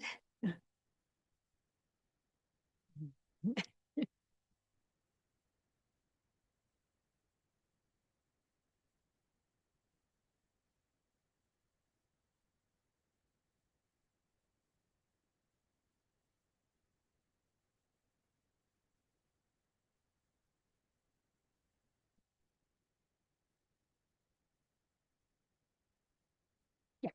Okay. All righty. Oh, right. I recognize him now. All right. So council, just continuing on then with 11.2, 2025 DWQMS infrastructure review. We're going to call on Director Craven, please. Thank you, Your Worship. Before you report PW 001-25, this report details the annual drinking water quality management standards 2025 infrastructure review for the Dorchester and Thorndale drinking water systems conducted on January 30th, 2025. It's essential for assessing the suitability, adequacy, and effectiveness of the municipality's budget process concerning water systems. The Infrastructure Review Committee will analyze findings from water quality and maintenance records to recommend infrastructure projects for the next budget year. This also ensures that all stakeholders are informed about the system's performance and future requirements. If I have any questions, I'd be happy to answer them. Thank you, Mr. Craven. Any questions from council? Deputy Mayor Actually, no Snyder. questions. I'll move the Oh, recommendation. Okay. All right. Moved by Deputy Mayor Smybert and seconded by Councillor Heeman. All in favor? That carries. Thank you. And recycling depot operations at the landfill agreement with circular materials. Again, Mr. Craven? Thank you, Your Worship. Report PW 002-26. This report recommends that council approve a one-year agreement with Circular Materials for the operation of a recycling depot at the landfill site, effective from January 1st, 2026 to January 1st, 2027. Circular Materials, who is responsible for managing Ontario's Blue Box recycling program, has requested collection of all Blue Box materials, not just cardboard, at the depot located at the landfill site. If you have any questions, I'd be happy to answer these. Thanks, Mr. Craven. Any questions from council about this? Okay. Then a mover and a seconder for the motion appended to your agenda. Moved by Councillor Lockie and seconded by Deputy Mayor Smybert. All in favor? And that carries. The Ontario Provincial Police costs. We're looking to our interim treasurer, John Milson, to present. Thank you, Madam Mayor. The purpose of this report is to provide council with information with regards to the OPP cost for 2026. I believe this cost pressure was introduced in 2025 and was discussed at our recent 2026 draft budget meeting. The 2026 expected OPP billings is capped in 2026 at $2.1 million.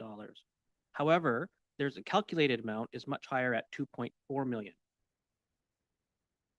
It is expected that the 2027 OPP billings will not be capped. Therefore, the budget is expected to be at least $2.4 million. This level of billing would require a 2.25% increase in the tax levy in 2027. It is recommended that this report be received for information. Thank you. Thank you, John. Good news just keeps happening, doesn't it? Any questions from the members of council? Councillor Heeman? I just see, thank you, Your Worship. I see on the rest of the agenda, we're going to be talking about a report for the hopefully the final budget discussion. And I was wondering if that might be something we could include in terms of contingency funding or tax stabilization or something of that nature. So you don't necessarily need a budget, but a motion, but just a thought that we might want to factor that in if we can in that final discussion.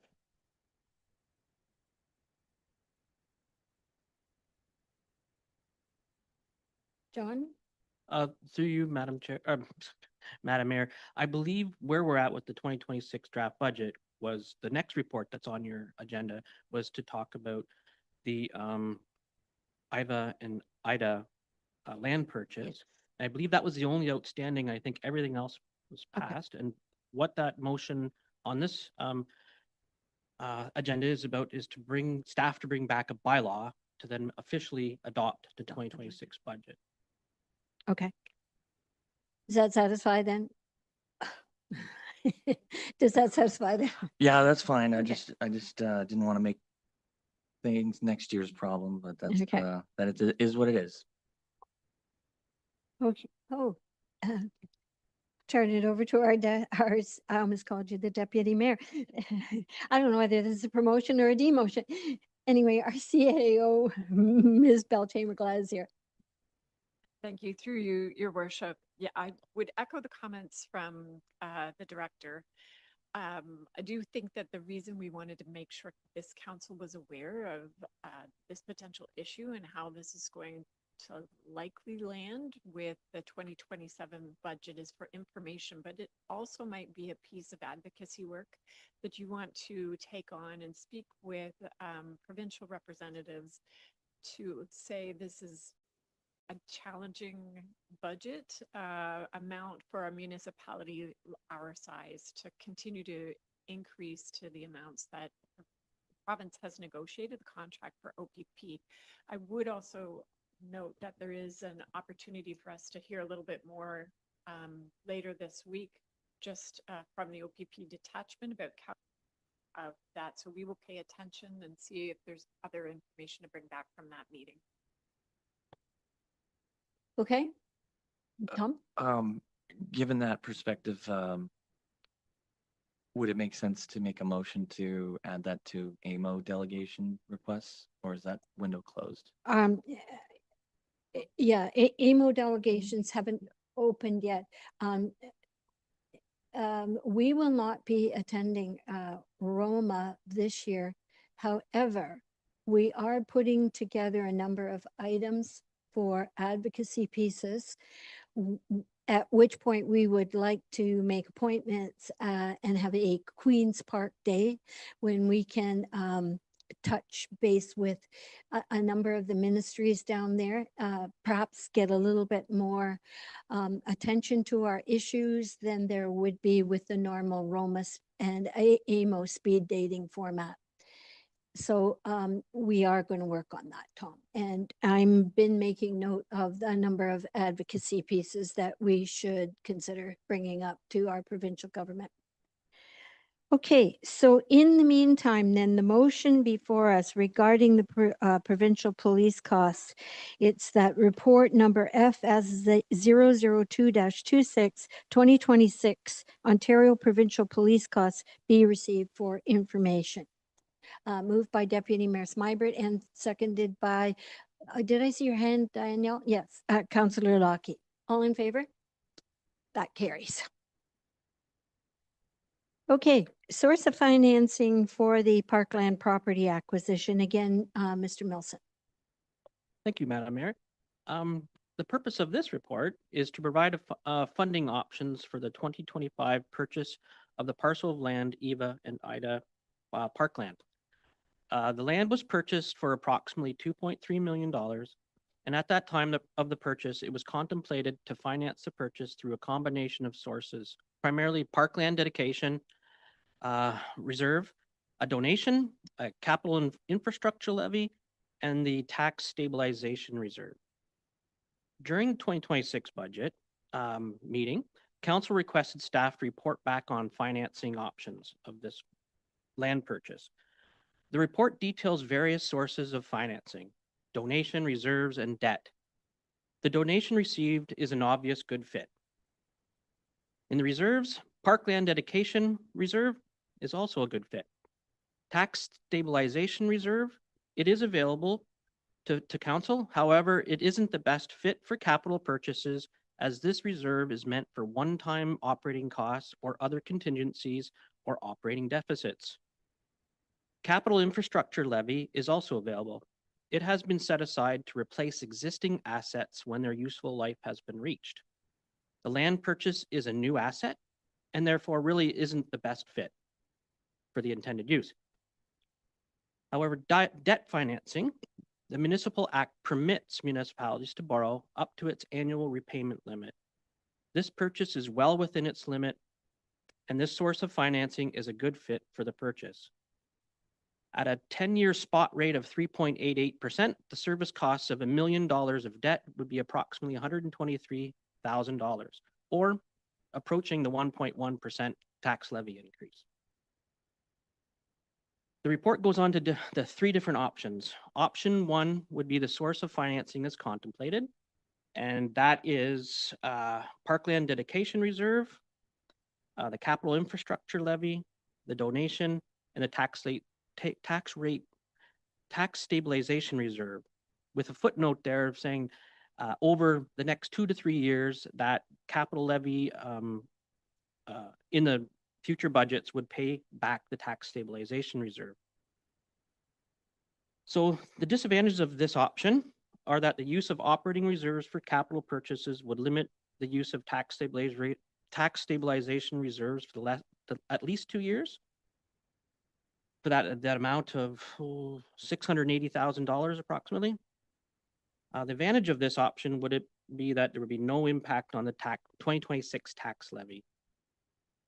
Option number two, I've proposed, is a purchase of the parkland using debt. So you would also use Parkland Dedication Reserve to its maximum that's in there, and it's approximately $846,000. The donation received of $330,000, and the remainder would be debt of approximately $1.15 million. This option better matches the intended use of the reserves and provides some intergenerational equity amongst ratepayers. The downside of this option would be it would impact the 2026 budget.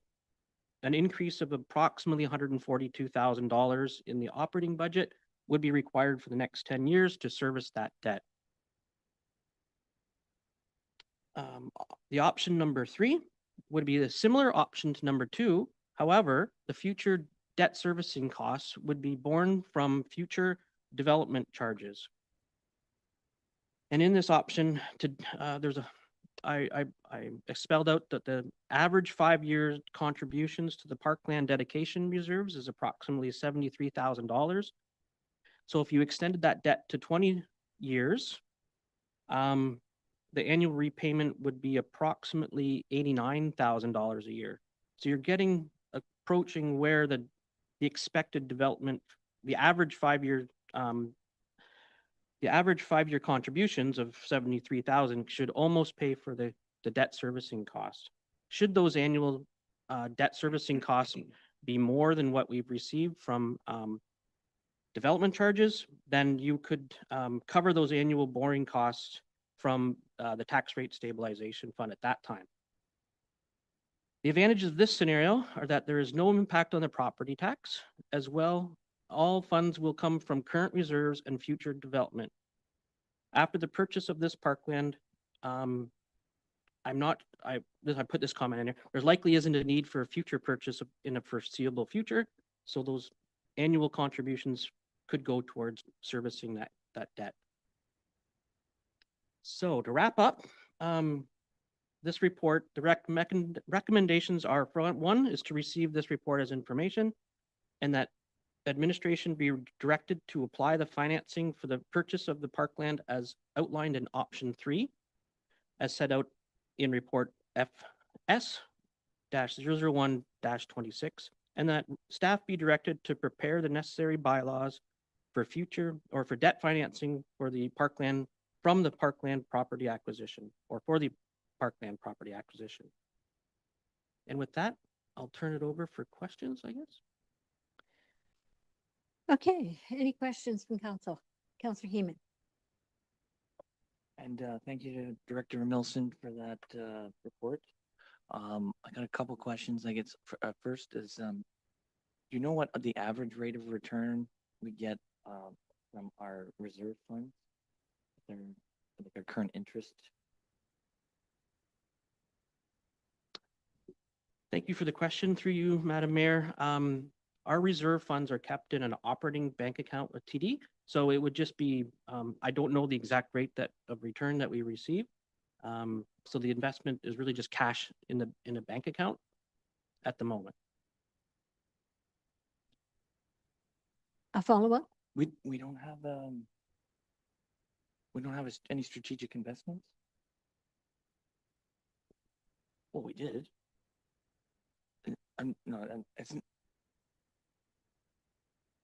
not being facetious. I just thought we did have some operating reserves that maybe we could apply at some point. But anyway, that's thank you for your answer. And so in our budget binders, there was also contributions to replenish reserves from the capital levy. Am I correct in that understanding? There was I believe through you, Madam Mayor, I believe I'm not fully understanding the question potentially, but there is a capital levy in the infrastructure levy in the budget that stays in its own reserve to fund capital projects in the future. But I'm sorry. I believe the previous year's capital levy was being allocated towards repayment of the reserve fund that was depleted because of this purchase. That's the intended, that was back in early in 2025. That was the intended way to finance this. We've been asked to provide other options. So that would reverse that decision on how to finance it. So before the 2025 year end is done, we'll have to provide a journal entry to fund that purchase. And without bringing this report to council, I believe that's the way it was intended to fund that purchase, was through those different those other various reserves fund. And I think I tried to provide a good reason why they shouldn't be used, but it's fully discretionary. Council has its ability to use those funds. Thank you. And yeah, I agree with option 3 or option C as outlined. And one last question. So if we are no longer using the previous year's capital levy to replenish the reserve, will those capital levy funds be able to be applied to this 2026 budget? Through you, Madam Mayor, those contributions to those reserve funds will remain in the reserve funds and be used, and its council's discretion can be used for future capital projects, but they wouldn't be, I wouldn't be recommending to use them to bring down the tax levy. But ostensibly, we do have some capital purchases in the 2026 budget that could be eligible. Through Madam Mayor, that's correct. Like I think in the report, I think I mentioned that the capital infrastructure levy, I believe, is set aside for funding replacement costs of assets. That's the best fit. We've on a couple occasions we talked about increasing that capital levy, infrastructure levy, because there's funding gaps in fleet and there's funding gaps in the whole, in the capital plan. So today we don't have enough money to replace all our existing assets. I don't think that's our intent, is to fund them fully that way. However, the capital levy increase over the last 3 years has been put in the budget to reduce that infrastructure gap. Yeah, For- I thank you for that. I thought it was just for general capital replacement or new. But yes, I think it is designed to eventually sync up with the asset management plan, right? That's correct.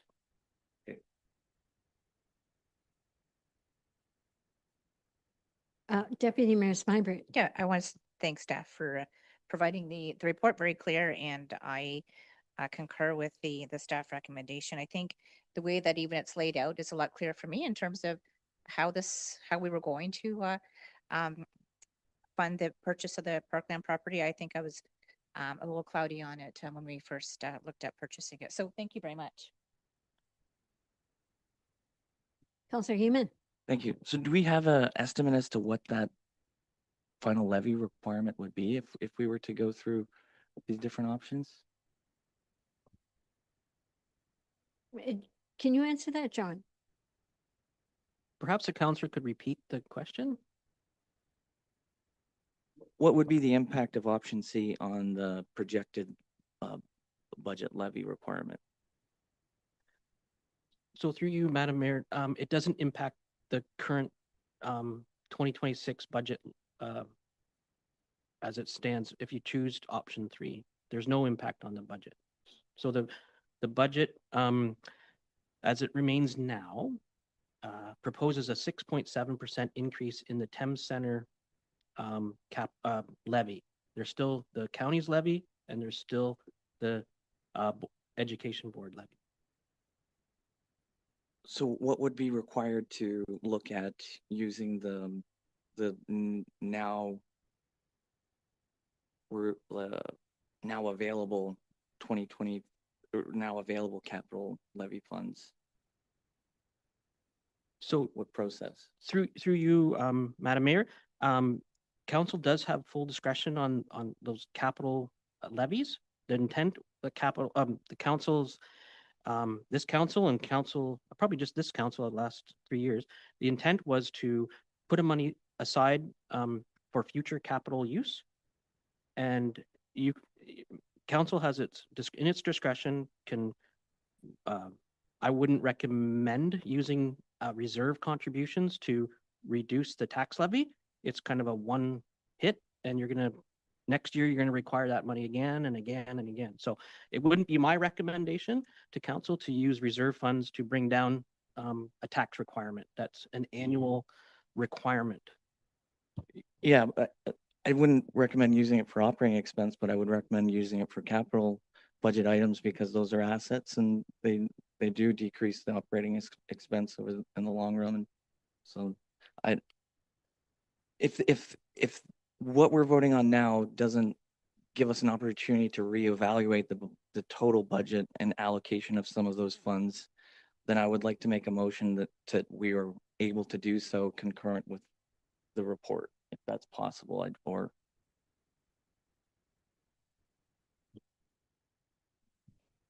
Please. Just through you, your worship, to Councillor Heeman, I believe, so in the past, we approved the capital budget as is because the capital budget was all financed through the levies we already had. I do believe, if I'm incorrect, John, it wasn't a hit at all to the tax rate. The tax rate was only the changes to the tax rate is operational only. So this wouldn't change it. That's why this doesn't, I believe the treasurer could answer that clearer, but I don't believe this changes the tax rate, what he's proposing, because that's why we actually adopted the capital budget in the last meeting. Mr. Milson, you want to comment? Yep. Through you, Madam Mayor. There are a number of areas that are in the operating budget that impact the capital. So every service that we have contributes to reserve funds each year. The capital levy is an operating charge that goes to a reserve fund to fund future capital projects. The reason the council has increased that, so I'll just step back. In 2026 draft budget that we provided, there was a 1% increase for capital levy, but it was related to fire vehicles. Council chose to increase it. That would be a decision that you could reverse. And then, but what that means is that the capital levy wouldn't be going towards building up that reserve to purchase future fire vehicles. And you'll still, and your gap, your asset, your infrastructure gap won't be reduced. You're just going to have that difference between what it would cost today to replace all your vehicles versus what money is set aside in a reserve fund to do so. We don't have enough money in those reserve funds to, as those fire trucks get older, they'll need to be replaced. Currently, we don't have enough in the reserve fund to replace them. Yes, I'm not questioning the fire fleet capital Okay. allocation. And forgive me if I'm wrong, because it's been a month and we've all been at festivities, but did we not have some capital requests that were not funded through department reserves that we approved on? So through you, Madam Mayor, and to kind of make it simple, capital projects are funded from a number of sources. Reserve funds is one of them. There's OCIF funding that you can get. There's external funding like donations. The organization was awesome in gathering donations for the expansion in the flight center, for example, over $1 million. We received other sources of financing other than reserve funds. Setting money into reserve funds is one way to fund future capital projects. So our capital plan for 2026 does have contributions from the operating budget, but it also has drawdowns from capital project approved by council as well. So, and I think this whole conversation started because there was some negative balances in reserve funds. And so I think rightly, council was starting to question this purchase. How can we fund it differently? So we're not drawing more down from reserve funds. And could we use them for future capital or capital purchases in 2026? And the answer is yes. But if your question was, can we use those reserves to bring down the tax levy? I wouldn't recommend that. But I'm not sure if that was your question. Sorry, also just through you, your worship, the motion was that we deferred the decision on the extra 1% general capital infrastructure levy until after this report. So that's the one decision, whether is that 1%. So I guess that can affect the tax. Okay, so where I'm struggling is that when we did the first capital levy, we didn't allocate those funds that year. But the year after that, we were able to access those funds to fund capital projects. And so now that we have liberated those funds from where they were previously allocated, could those funds who were projected to be allocated to 2026 for tax stabilization replenishment then not go towards eligible capital expenses in the 2026 budget? Otherwise, they will they'll be allocated within the tax stabilization reserve for utilization in 2027, correct? And so I'm wondering, now that we've identified a pool of funding that qualifies for capital expenditures, would we not reallocate that capital? Because the reserve fund has not functioned as a reserve. It's functioned as an accrual vehicle for use in the subsequent year, whether that's universally the intended purpose of a reserve. That's another question, but that is how functionally it has been used since its inception in this municipality. So that's where I'm coming from. Okay, I think I know where you're coming from, Councillor. Those spreadsheets that I provided that showed these amounts coming out for EVA and IDA, that would not happen if option 3 is chosen. those reserve funds would be available for future use. I, w- if I would be recommending to your new treasurer that the capital levy needs to be planned. It needs to be it's just being accruing, like you had maybe mentioned, but it's accruing for future use. As I see it, if you have a 10-year capital plan, capital levy is really good use for annual projects that annually come up, like hot asphalt or something. Every year you're going to have a hot asphalt. That's a capital levy source of finance for that type of a capital project. It makes the capital infrastructure that makes sense because it's for renewal. You're trying to renew an asset like a piece of road, linear road that you're resurfacing. You're renewing it to last longer. That's a good use of that fund. So we identified quite a bit of road resurfacing. Would that not now be eligible for utilization? And since we do not have a multi-year budget policy or plan, would it not make sense to act as we have normally? Like I like, and honestly, like that, I said it, I'll say it again. This is why I said it in the first place is 6% is a large, like that's an unprecedented increase in the 20-year history of this organization. And if we have the ability to mitigate that, I think that's worthwhile.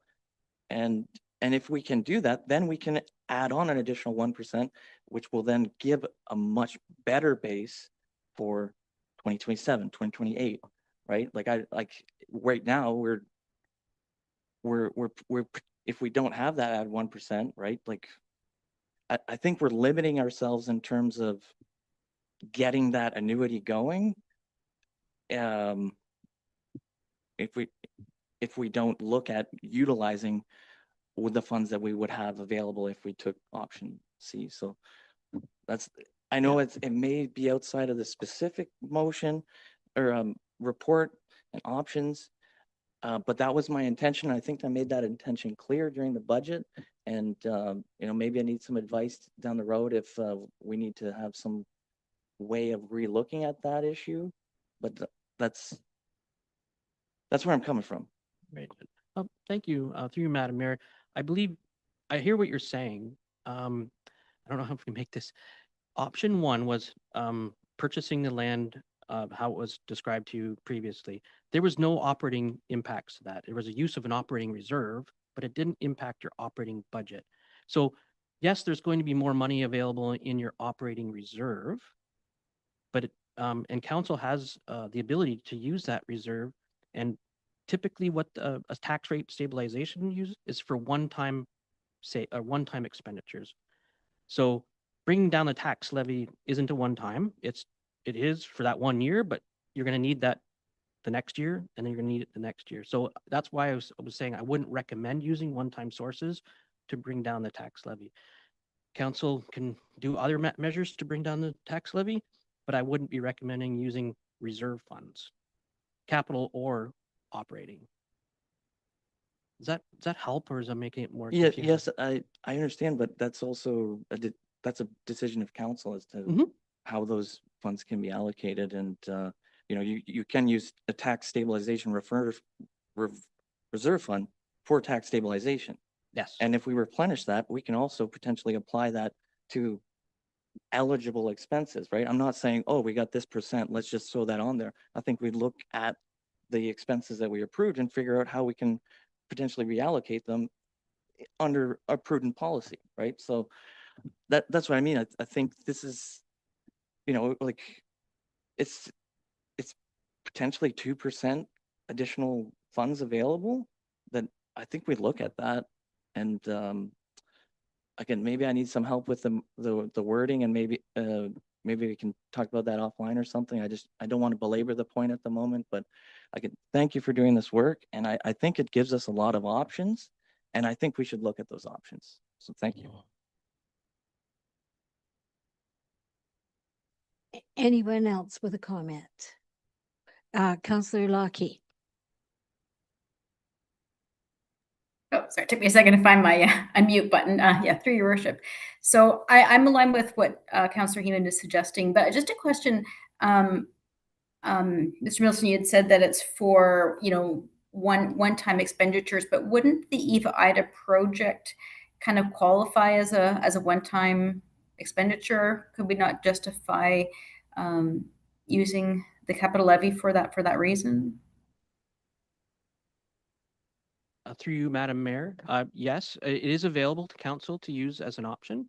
I think I tried to describe that the capital levy is used for typically was set aside to reduce the infrastructure gap. So that's renewal of assets. It's why I mentioned it's not a best fit, because this is a brand new asset. It's not a replacing of an old asset. So of course, you may use the capital infrastructure levy for this purchase. Yeah, and it's my understanding though that when we originally had brought this up, it was because we recognized that we had spent some money in recreation and we had purchased this. So I think that it would be an appropriate use for this year, especially given that 6% is pretty steep. So I would recommend using this year's capital levy to help fund it. Thank you, Councillor Lockie. Anyone else with comments or questions? Deputy Mayor Smybert. I understand where Councillor Lockie and Councillor Heeman are coming from, and I think if that is the that's the way we want to go. I think I need to see a report on that, like a staff report, just so I can kind of understand where the numbers fall. But to be honest, I think staff provided us with a good comprehensive budget, and I think if we're looking at reducing the tax rate, then I think it means that we need to take a look at, and I don't want to do this, but cuts in services. It was a pretty tight budget, and when we had the reasons for why we were looking at some of those increases as a tough budget year. And not only is this going to be a tough budget year, but we're already hearing that next year is going to be a tough budget year as well. So again, I think it's a responsible budget. I think we need to really take a look at building up some of those reserves.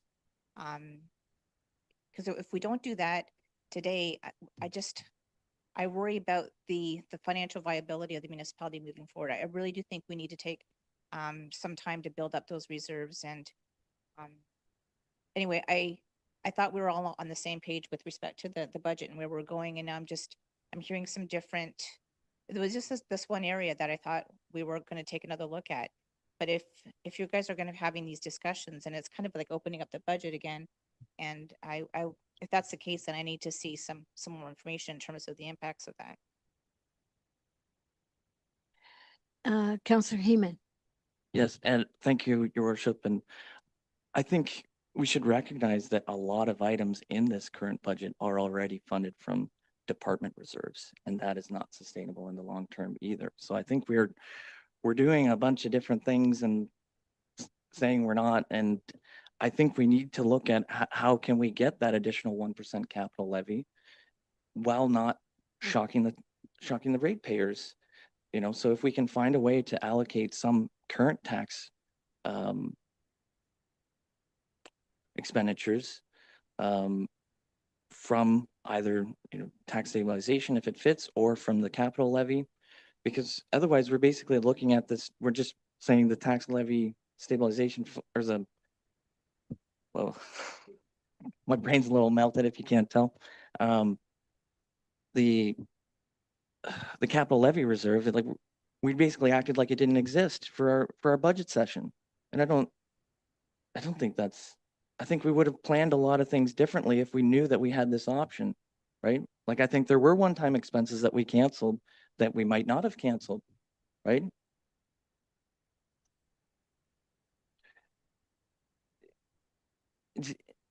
Sorry. So I know what you're saying. It doesn't necessarily mean it's going to save us money. Yes, it will, because if you can allocate eligible expenses appropriately, and this is a major assumption that there are potential capital expenditures that are on the levy, right? There are some, so they would fit in the definition of a capital levy, right?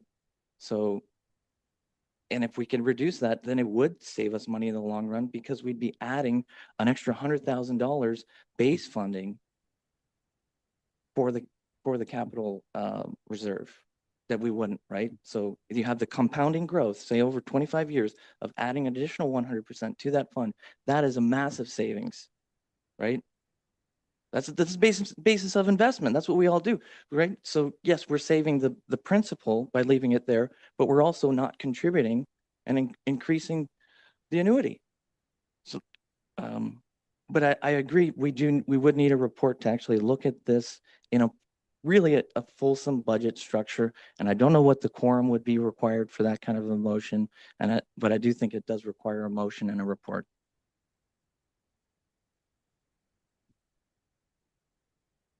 I guess for my part in it, one of the things that concerns me is going forward. I recognize, just like you're saying, that I find that it's a significant jump over the past 2 years that we've approved in the budget. Where I'm getting some concerns about is some of our reserves and that sort of thing. We're not getting the same sort of building activity level that we're getting. I just want to be confident that whatever decision we make doesn't make it worse for the next budget year. Do you understand what I'm saying? It's a little like we were just talking about the fees and services. There's an argument to say double it because it goes back, you know, we haven't adjusted any of our fees and services. So it makes me wonder, like, are we looking at this with a view to today, or are we looking at the view a year from now? And I mean, we don't know exactly who's going to be sitting around this table and that sort of thing. But I do know that the county, for example, is making some changes in their budget where they're trying to put more money away, for lack of a better word, than using it all up. So I can see where you're coming from, Tom, and I get it. I'm just not 100% sure. So maybe we do need to look into it in greater detail before we make any final decision. Through your worship, I agree because there's a lot of moving pieces to this, and you know there is savings because we're putting back another $1 million+ into the tax stabilization reserve, right? So this motion does give us added savings, like tangible added savings, and it does replenish our reserves. So I think like we are doing those things today, but we can still allow for seeding for the future. So yes, we may not have 200,000 in a capital reserve, but next year we'll have 3,000 if we play our cards right. And the years after that and after that. And I think we should have a multi-year budget, and I voted for that in the past, and I would vote for it again. All right, council, I think we're at a rock and a hard place here. Are you willing to make a motion? Yeah, through your worship, I would request advice from our clerk on what would be an appropriate motion to allow us to look at the final allocation of funds in the 2026 budget. So my recommendation to you would be to decide your options on this resolution. And we don't have to direct us at that point to bring forward the bylaw to adopt the budget. Your decision on that 1% was deferred until after. So that's a decision that can come back. And then at that point, we can basically at this point have another budget meeting would be my suggestion. Thank you. Through your worship, would you suggest I make that motion after we pass this? Yeah, I would deal with the first motion, the one on this report, and make your options known, because without deciding that option, we're not going to be able to come back to a budget meeting where we can explain everything to you. I believe the CIO may have some advice as well. Through you, Mayor, I agree with the process described by the clerk. I think it would be helpful to staff to understand the direction from council in terms of operating budget and what things you would like to target for the discussion. So if it's a particular rate that you are seeking to have us target, as the deputy mayor mentioned, there are options in terms of service reductions that we could bring forward. And sorry, Councillor Human is not suggesting those, but that is an option for reducing the levy, and typically how councils would make a reduction as opposed to that's my experience. That would be typically how you are trying to reduce that rate, unless you are looking to not put as much money aside. So we do have the motion before us that accepts option number 3 with the necessary bylaws. Do we need to change anything in that motion?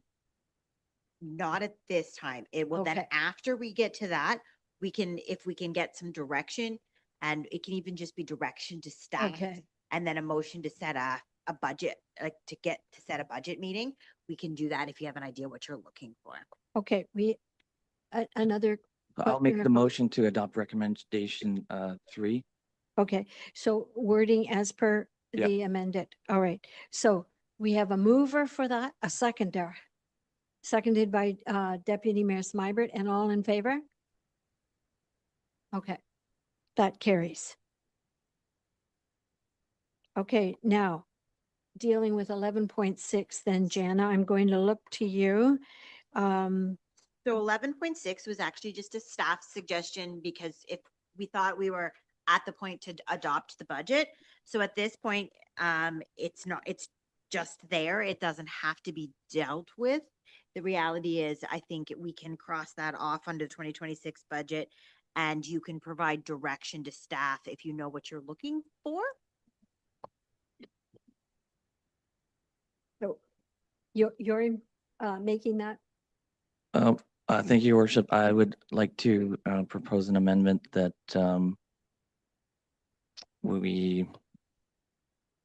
not amendment, like it's just a direction to staff that we conduct an additional 2026 budget meeting with the scope strictly looking at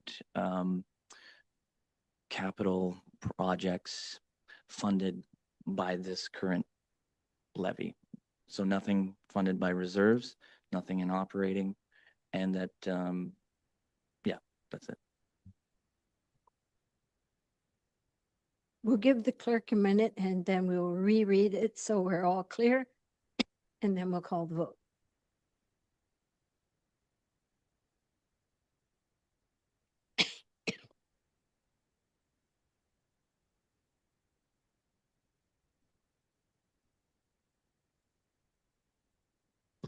So you're proposing that staff be given direction to schedule an additional 2026 budget meeting in order to review capital projects that are funded by the tax levy.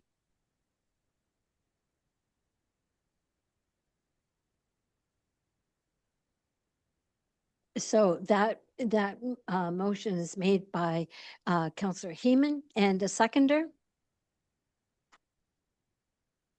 Seconded by Councillor Lockie. Oh, I'm sorry, John, if I overlooked you. Go ahead. Just some clarification on the motion, because capital projects aren't funded by the operating budget, they're funded by the reserve. So if you want us to go and review the reserve fund contributions that are in the operating budget and make recommendations to reduce those, that's a good motion. A better motion might be, another motion could be that staff report back to report on various options to reduce the tax levy to X would be another good motion. Because right now, Yeah. if I'm looking at capital projects, they're funded from reserve fund contribution, like reserves. They're not funded by the operating budget. Reserve funds receive contributions from the operating budget, but they're not specifically for a specific project. They're just to build up the reserves for future capital projects. I hope that's clear. Okay.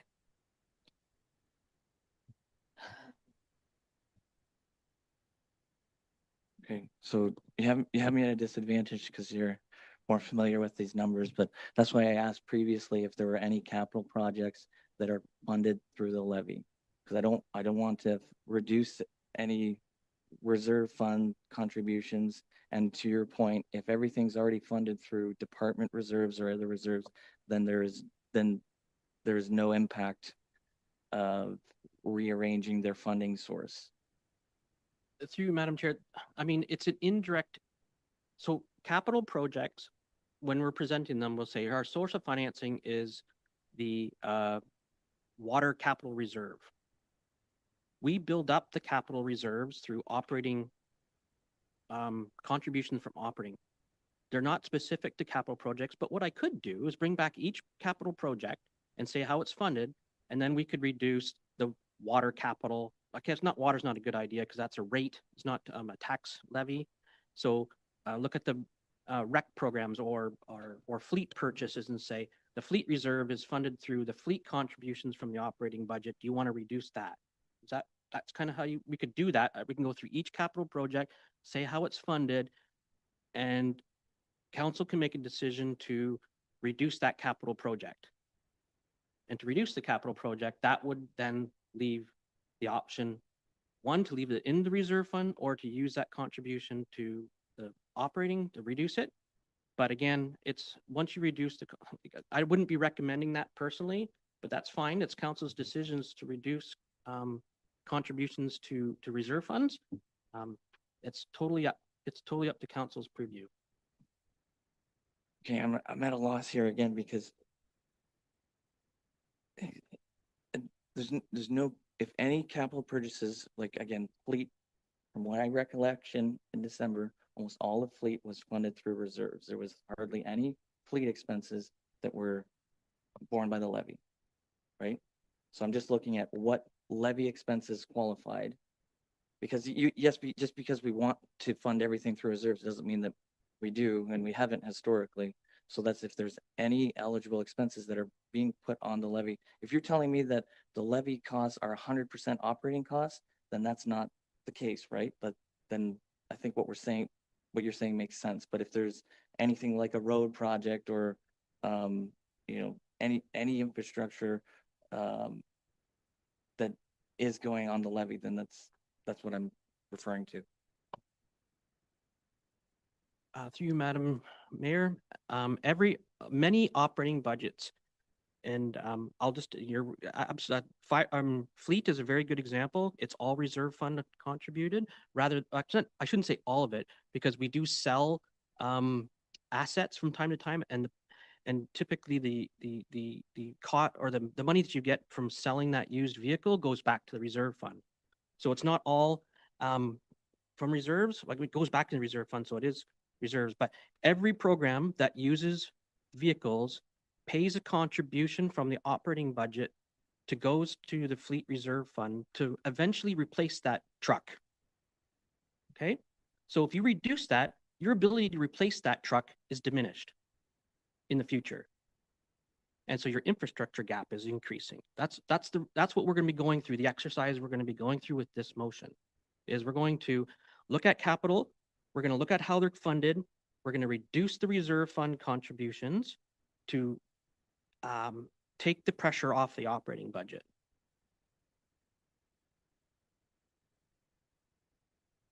That's the exercise that I think I'm been asked to do, is go through all the capital. Okay. No, it's just the capital that's funded by the current levy proposal. Okay. I think, I think, I don't know about everyone else, but I'm getting kind of confused on this one. So I'm going to turn it over to our CAO for a comment or. Thank you, your worship. So I think what John is explaining to us is the typical process for municipal financing, where there is a contribution on an annual basis from the operating budget towards capital purchases, but it isn't as direct as perhaps what you're describing. It is this there's an amount and you try to add on to that on an annual basis so that you are increasing the capital fund contribution so that you have an ability to draw down as one of the areas, like, as you said, it's other revenue, grants we received, and reserves or reserve funds, depending on the project, that you are drawing down to do the financing of that work, as opposed to a direct, we're increasing this in order to do this bridge work.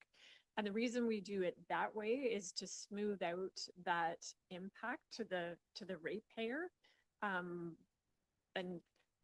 perhaps this is, you're describing something slightly different, but I think the way John is describing it is very typical, and particularly the responsibility now that municipalities have to put aside money to replace the assets that they have and have an asset management plan that helps to make sure you are doing what you can to manage those assets and replace those assets.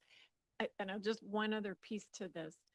Part of the difference here and part of the policy rationale he has spoke to with respect to the parkland is this is not a replacement of an existing asset. This was a new purchase. So making a new purchase and drawing down from reserves that are set aside to help replenish what you have as an existing asset, while it can be done, isn't necessarily the best match.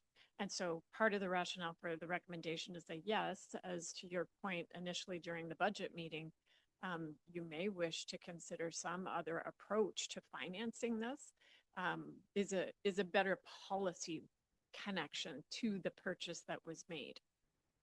Okay, I see what you're saying now.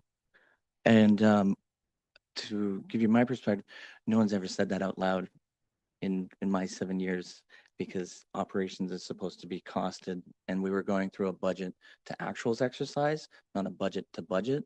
So this would be a return to a budget to budget, and that would allow for the margin of error that I think is being, or buffer margin that has been identified. And so that's why I think there's a discrepancy, because I think we're coming from potentially 3 different references of how these things occur. And yeah, like, so I understand we do a contribution to reserves from operating surplus, but I thought you guys were just really good at operating. So I do have that motion on there, unless Councillor Heeman, you'd like to rescind it. I think keep it as written, and I will leave it to the expert to interpret it as he sees fit. Then you need to call the question. So the motion moved by Councillor Heeman is that direction be provided to staff to schedule an additional 2026 budget meeting to review capital projects that are funded by the tax levy. And it is seconded by Councillor Lockie. Okay, so all in favor of that motion? Councillor Lockie? And Councillor Heeman. Those opposed? We have a split vote here. Session, are you voting one way or another? Yeah, Okay, so you're the tiebreaker. I just did. Oh, it's a tie. She still is the tiebreaker?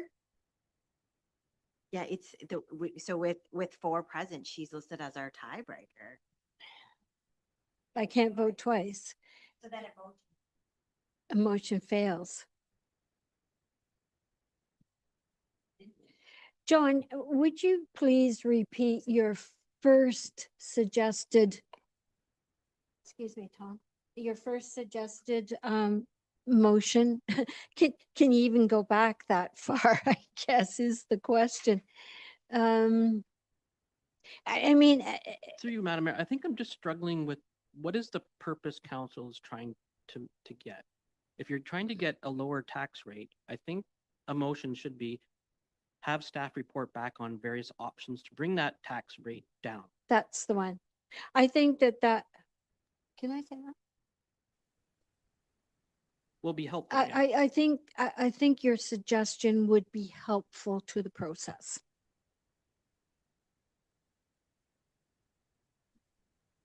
I can't make that motion. No. Danielle?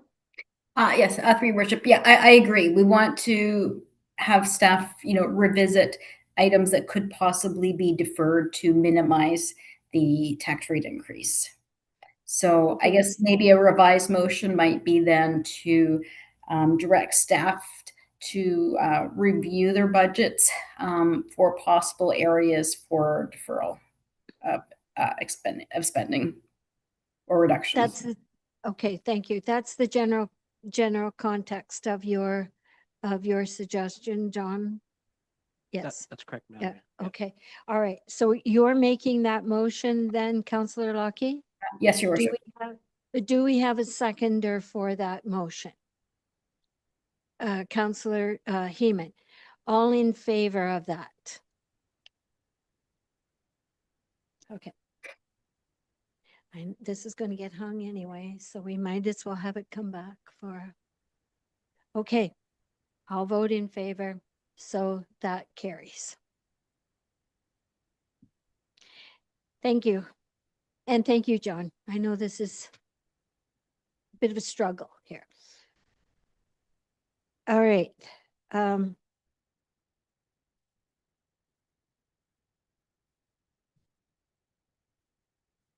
So the next item on the agenda is, before we go into closed session, is the reports of committees.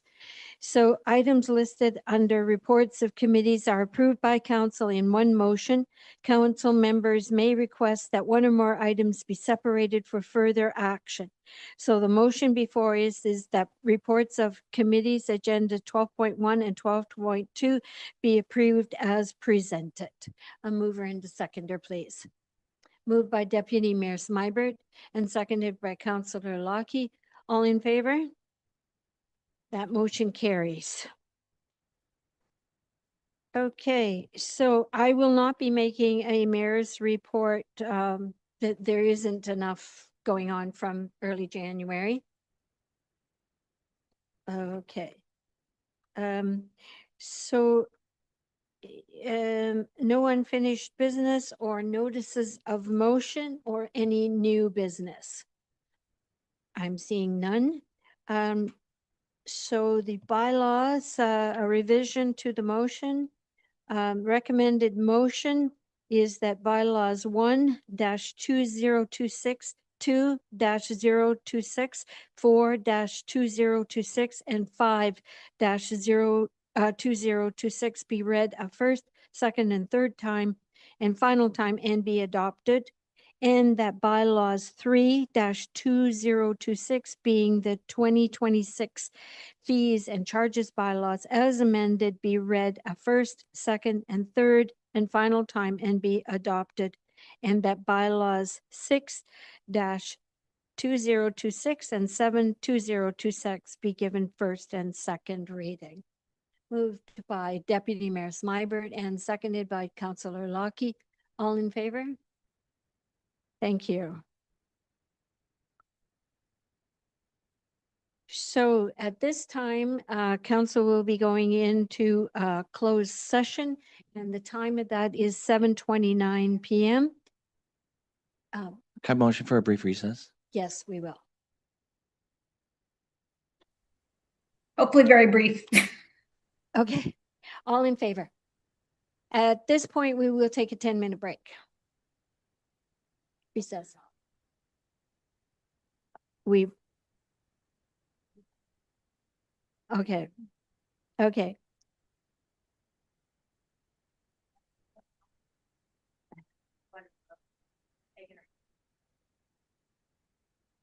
My God.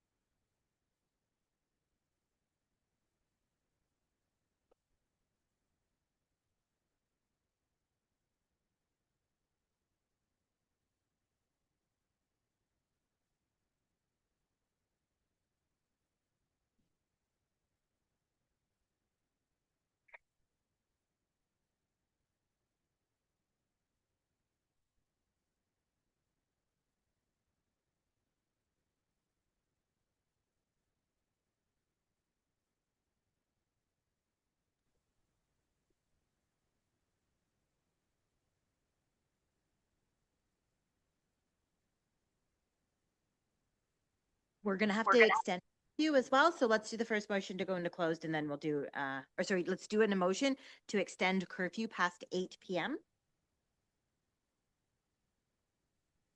A mover and a seconder for that? To extend the curfew.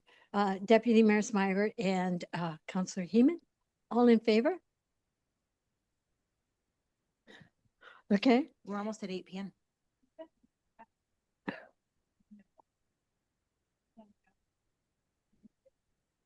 yeah.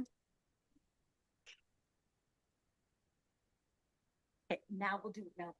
Okay, council will now be moving into closed session for which there will be no live streaming. The live stream will resume once the closed session portion has been completed.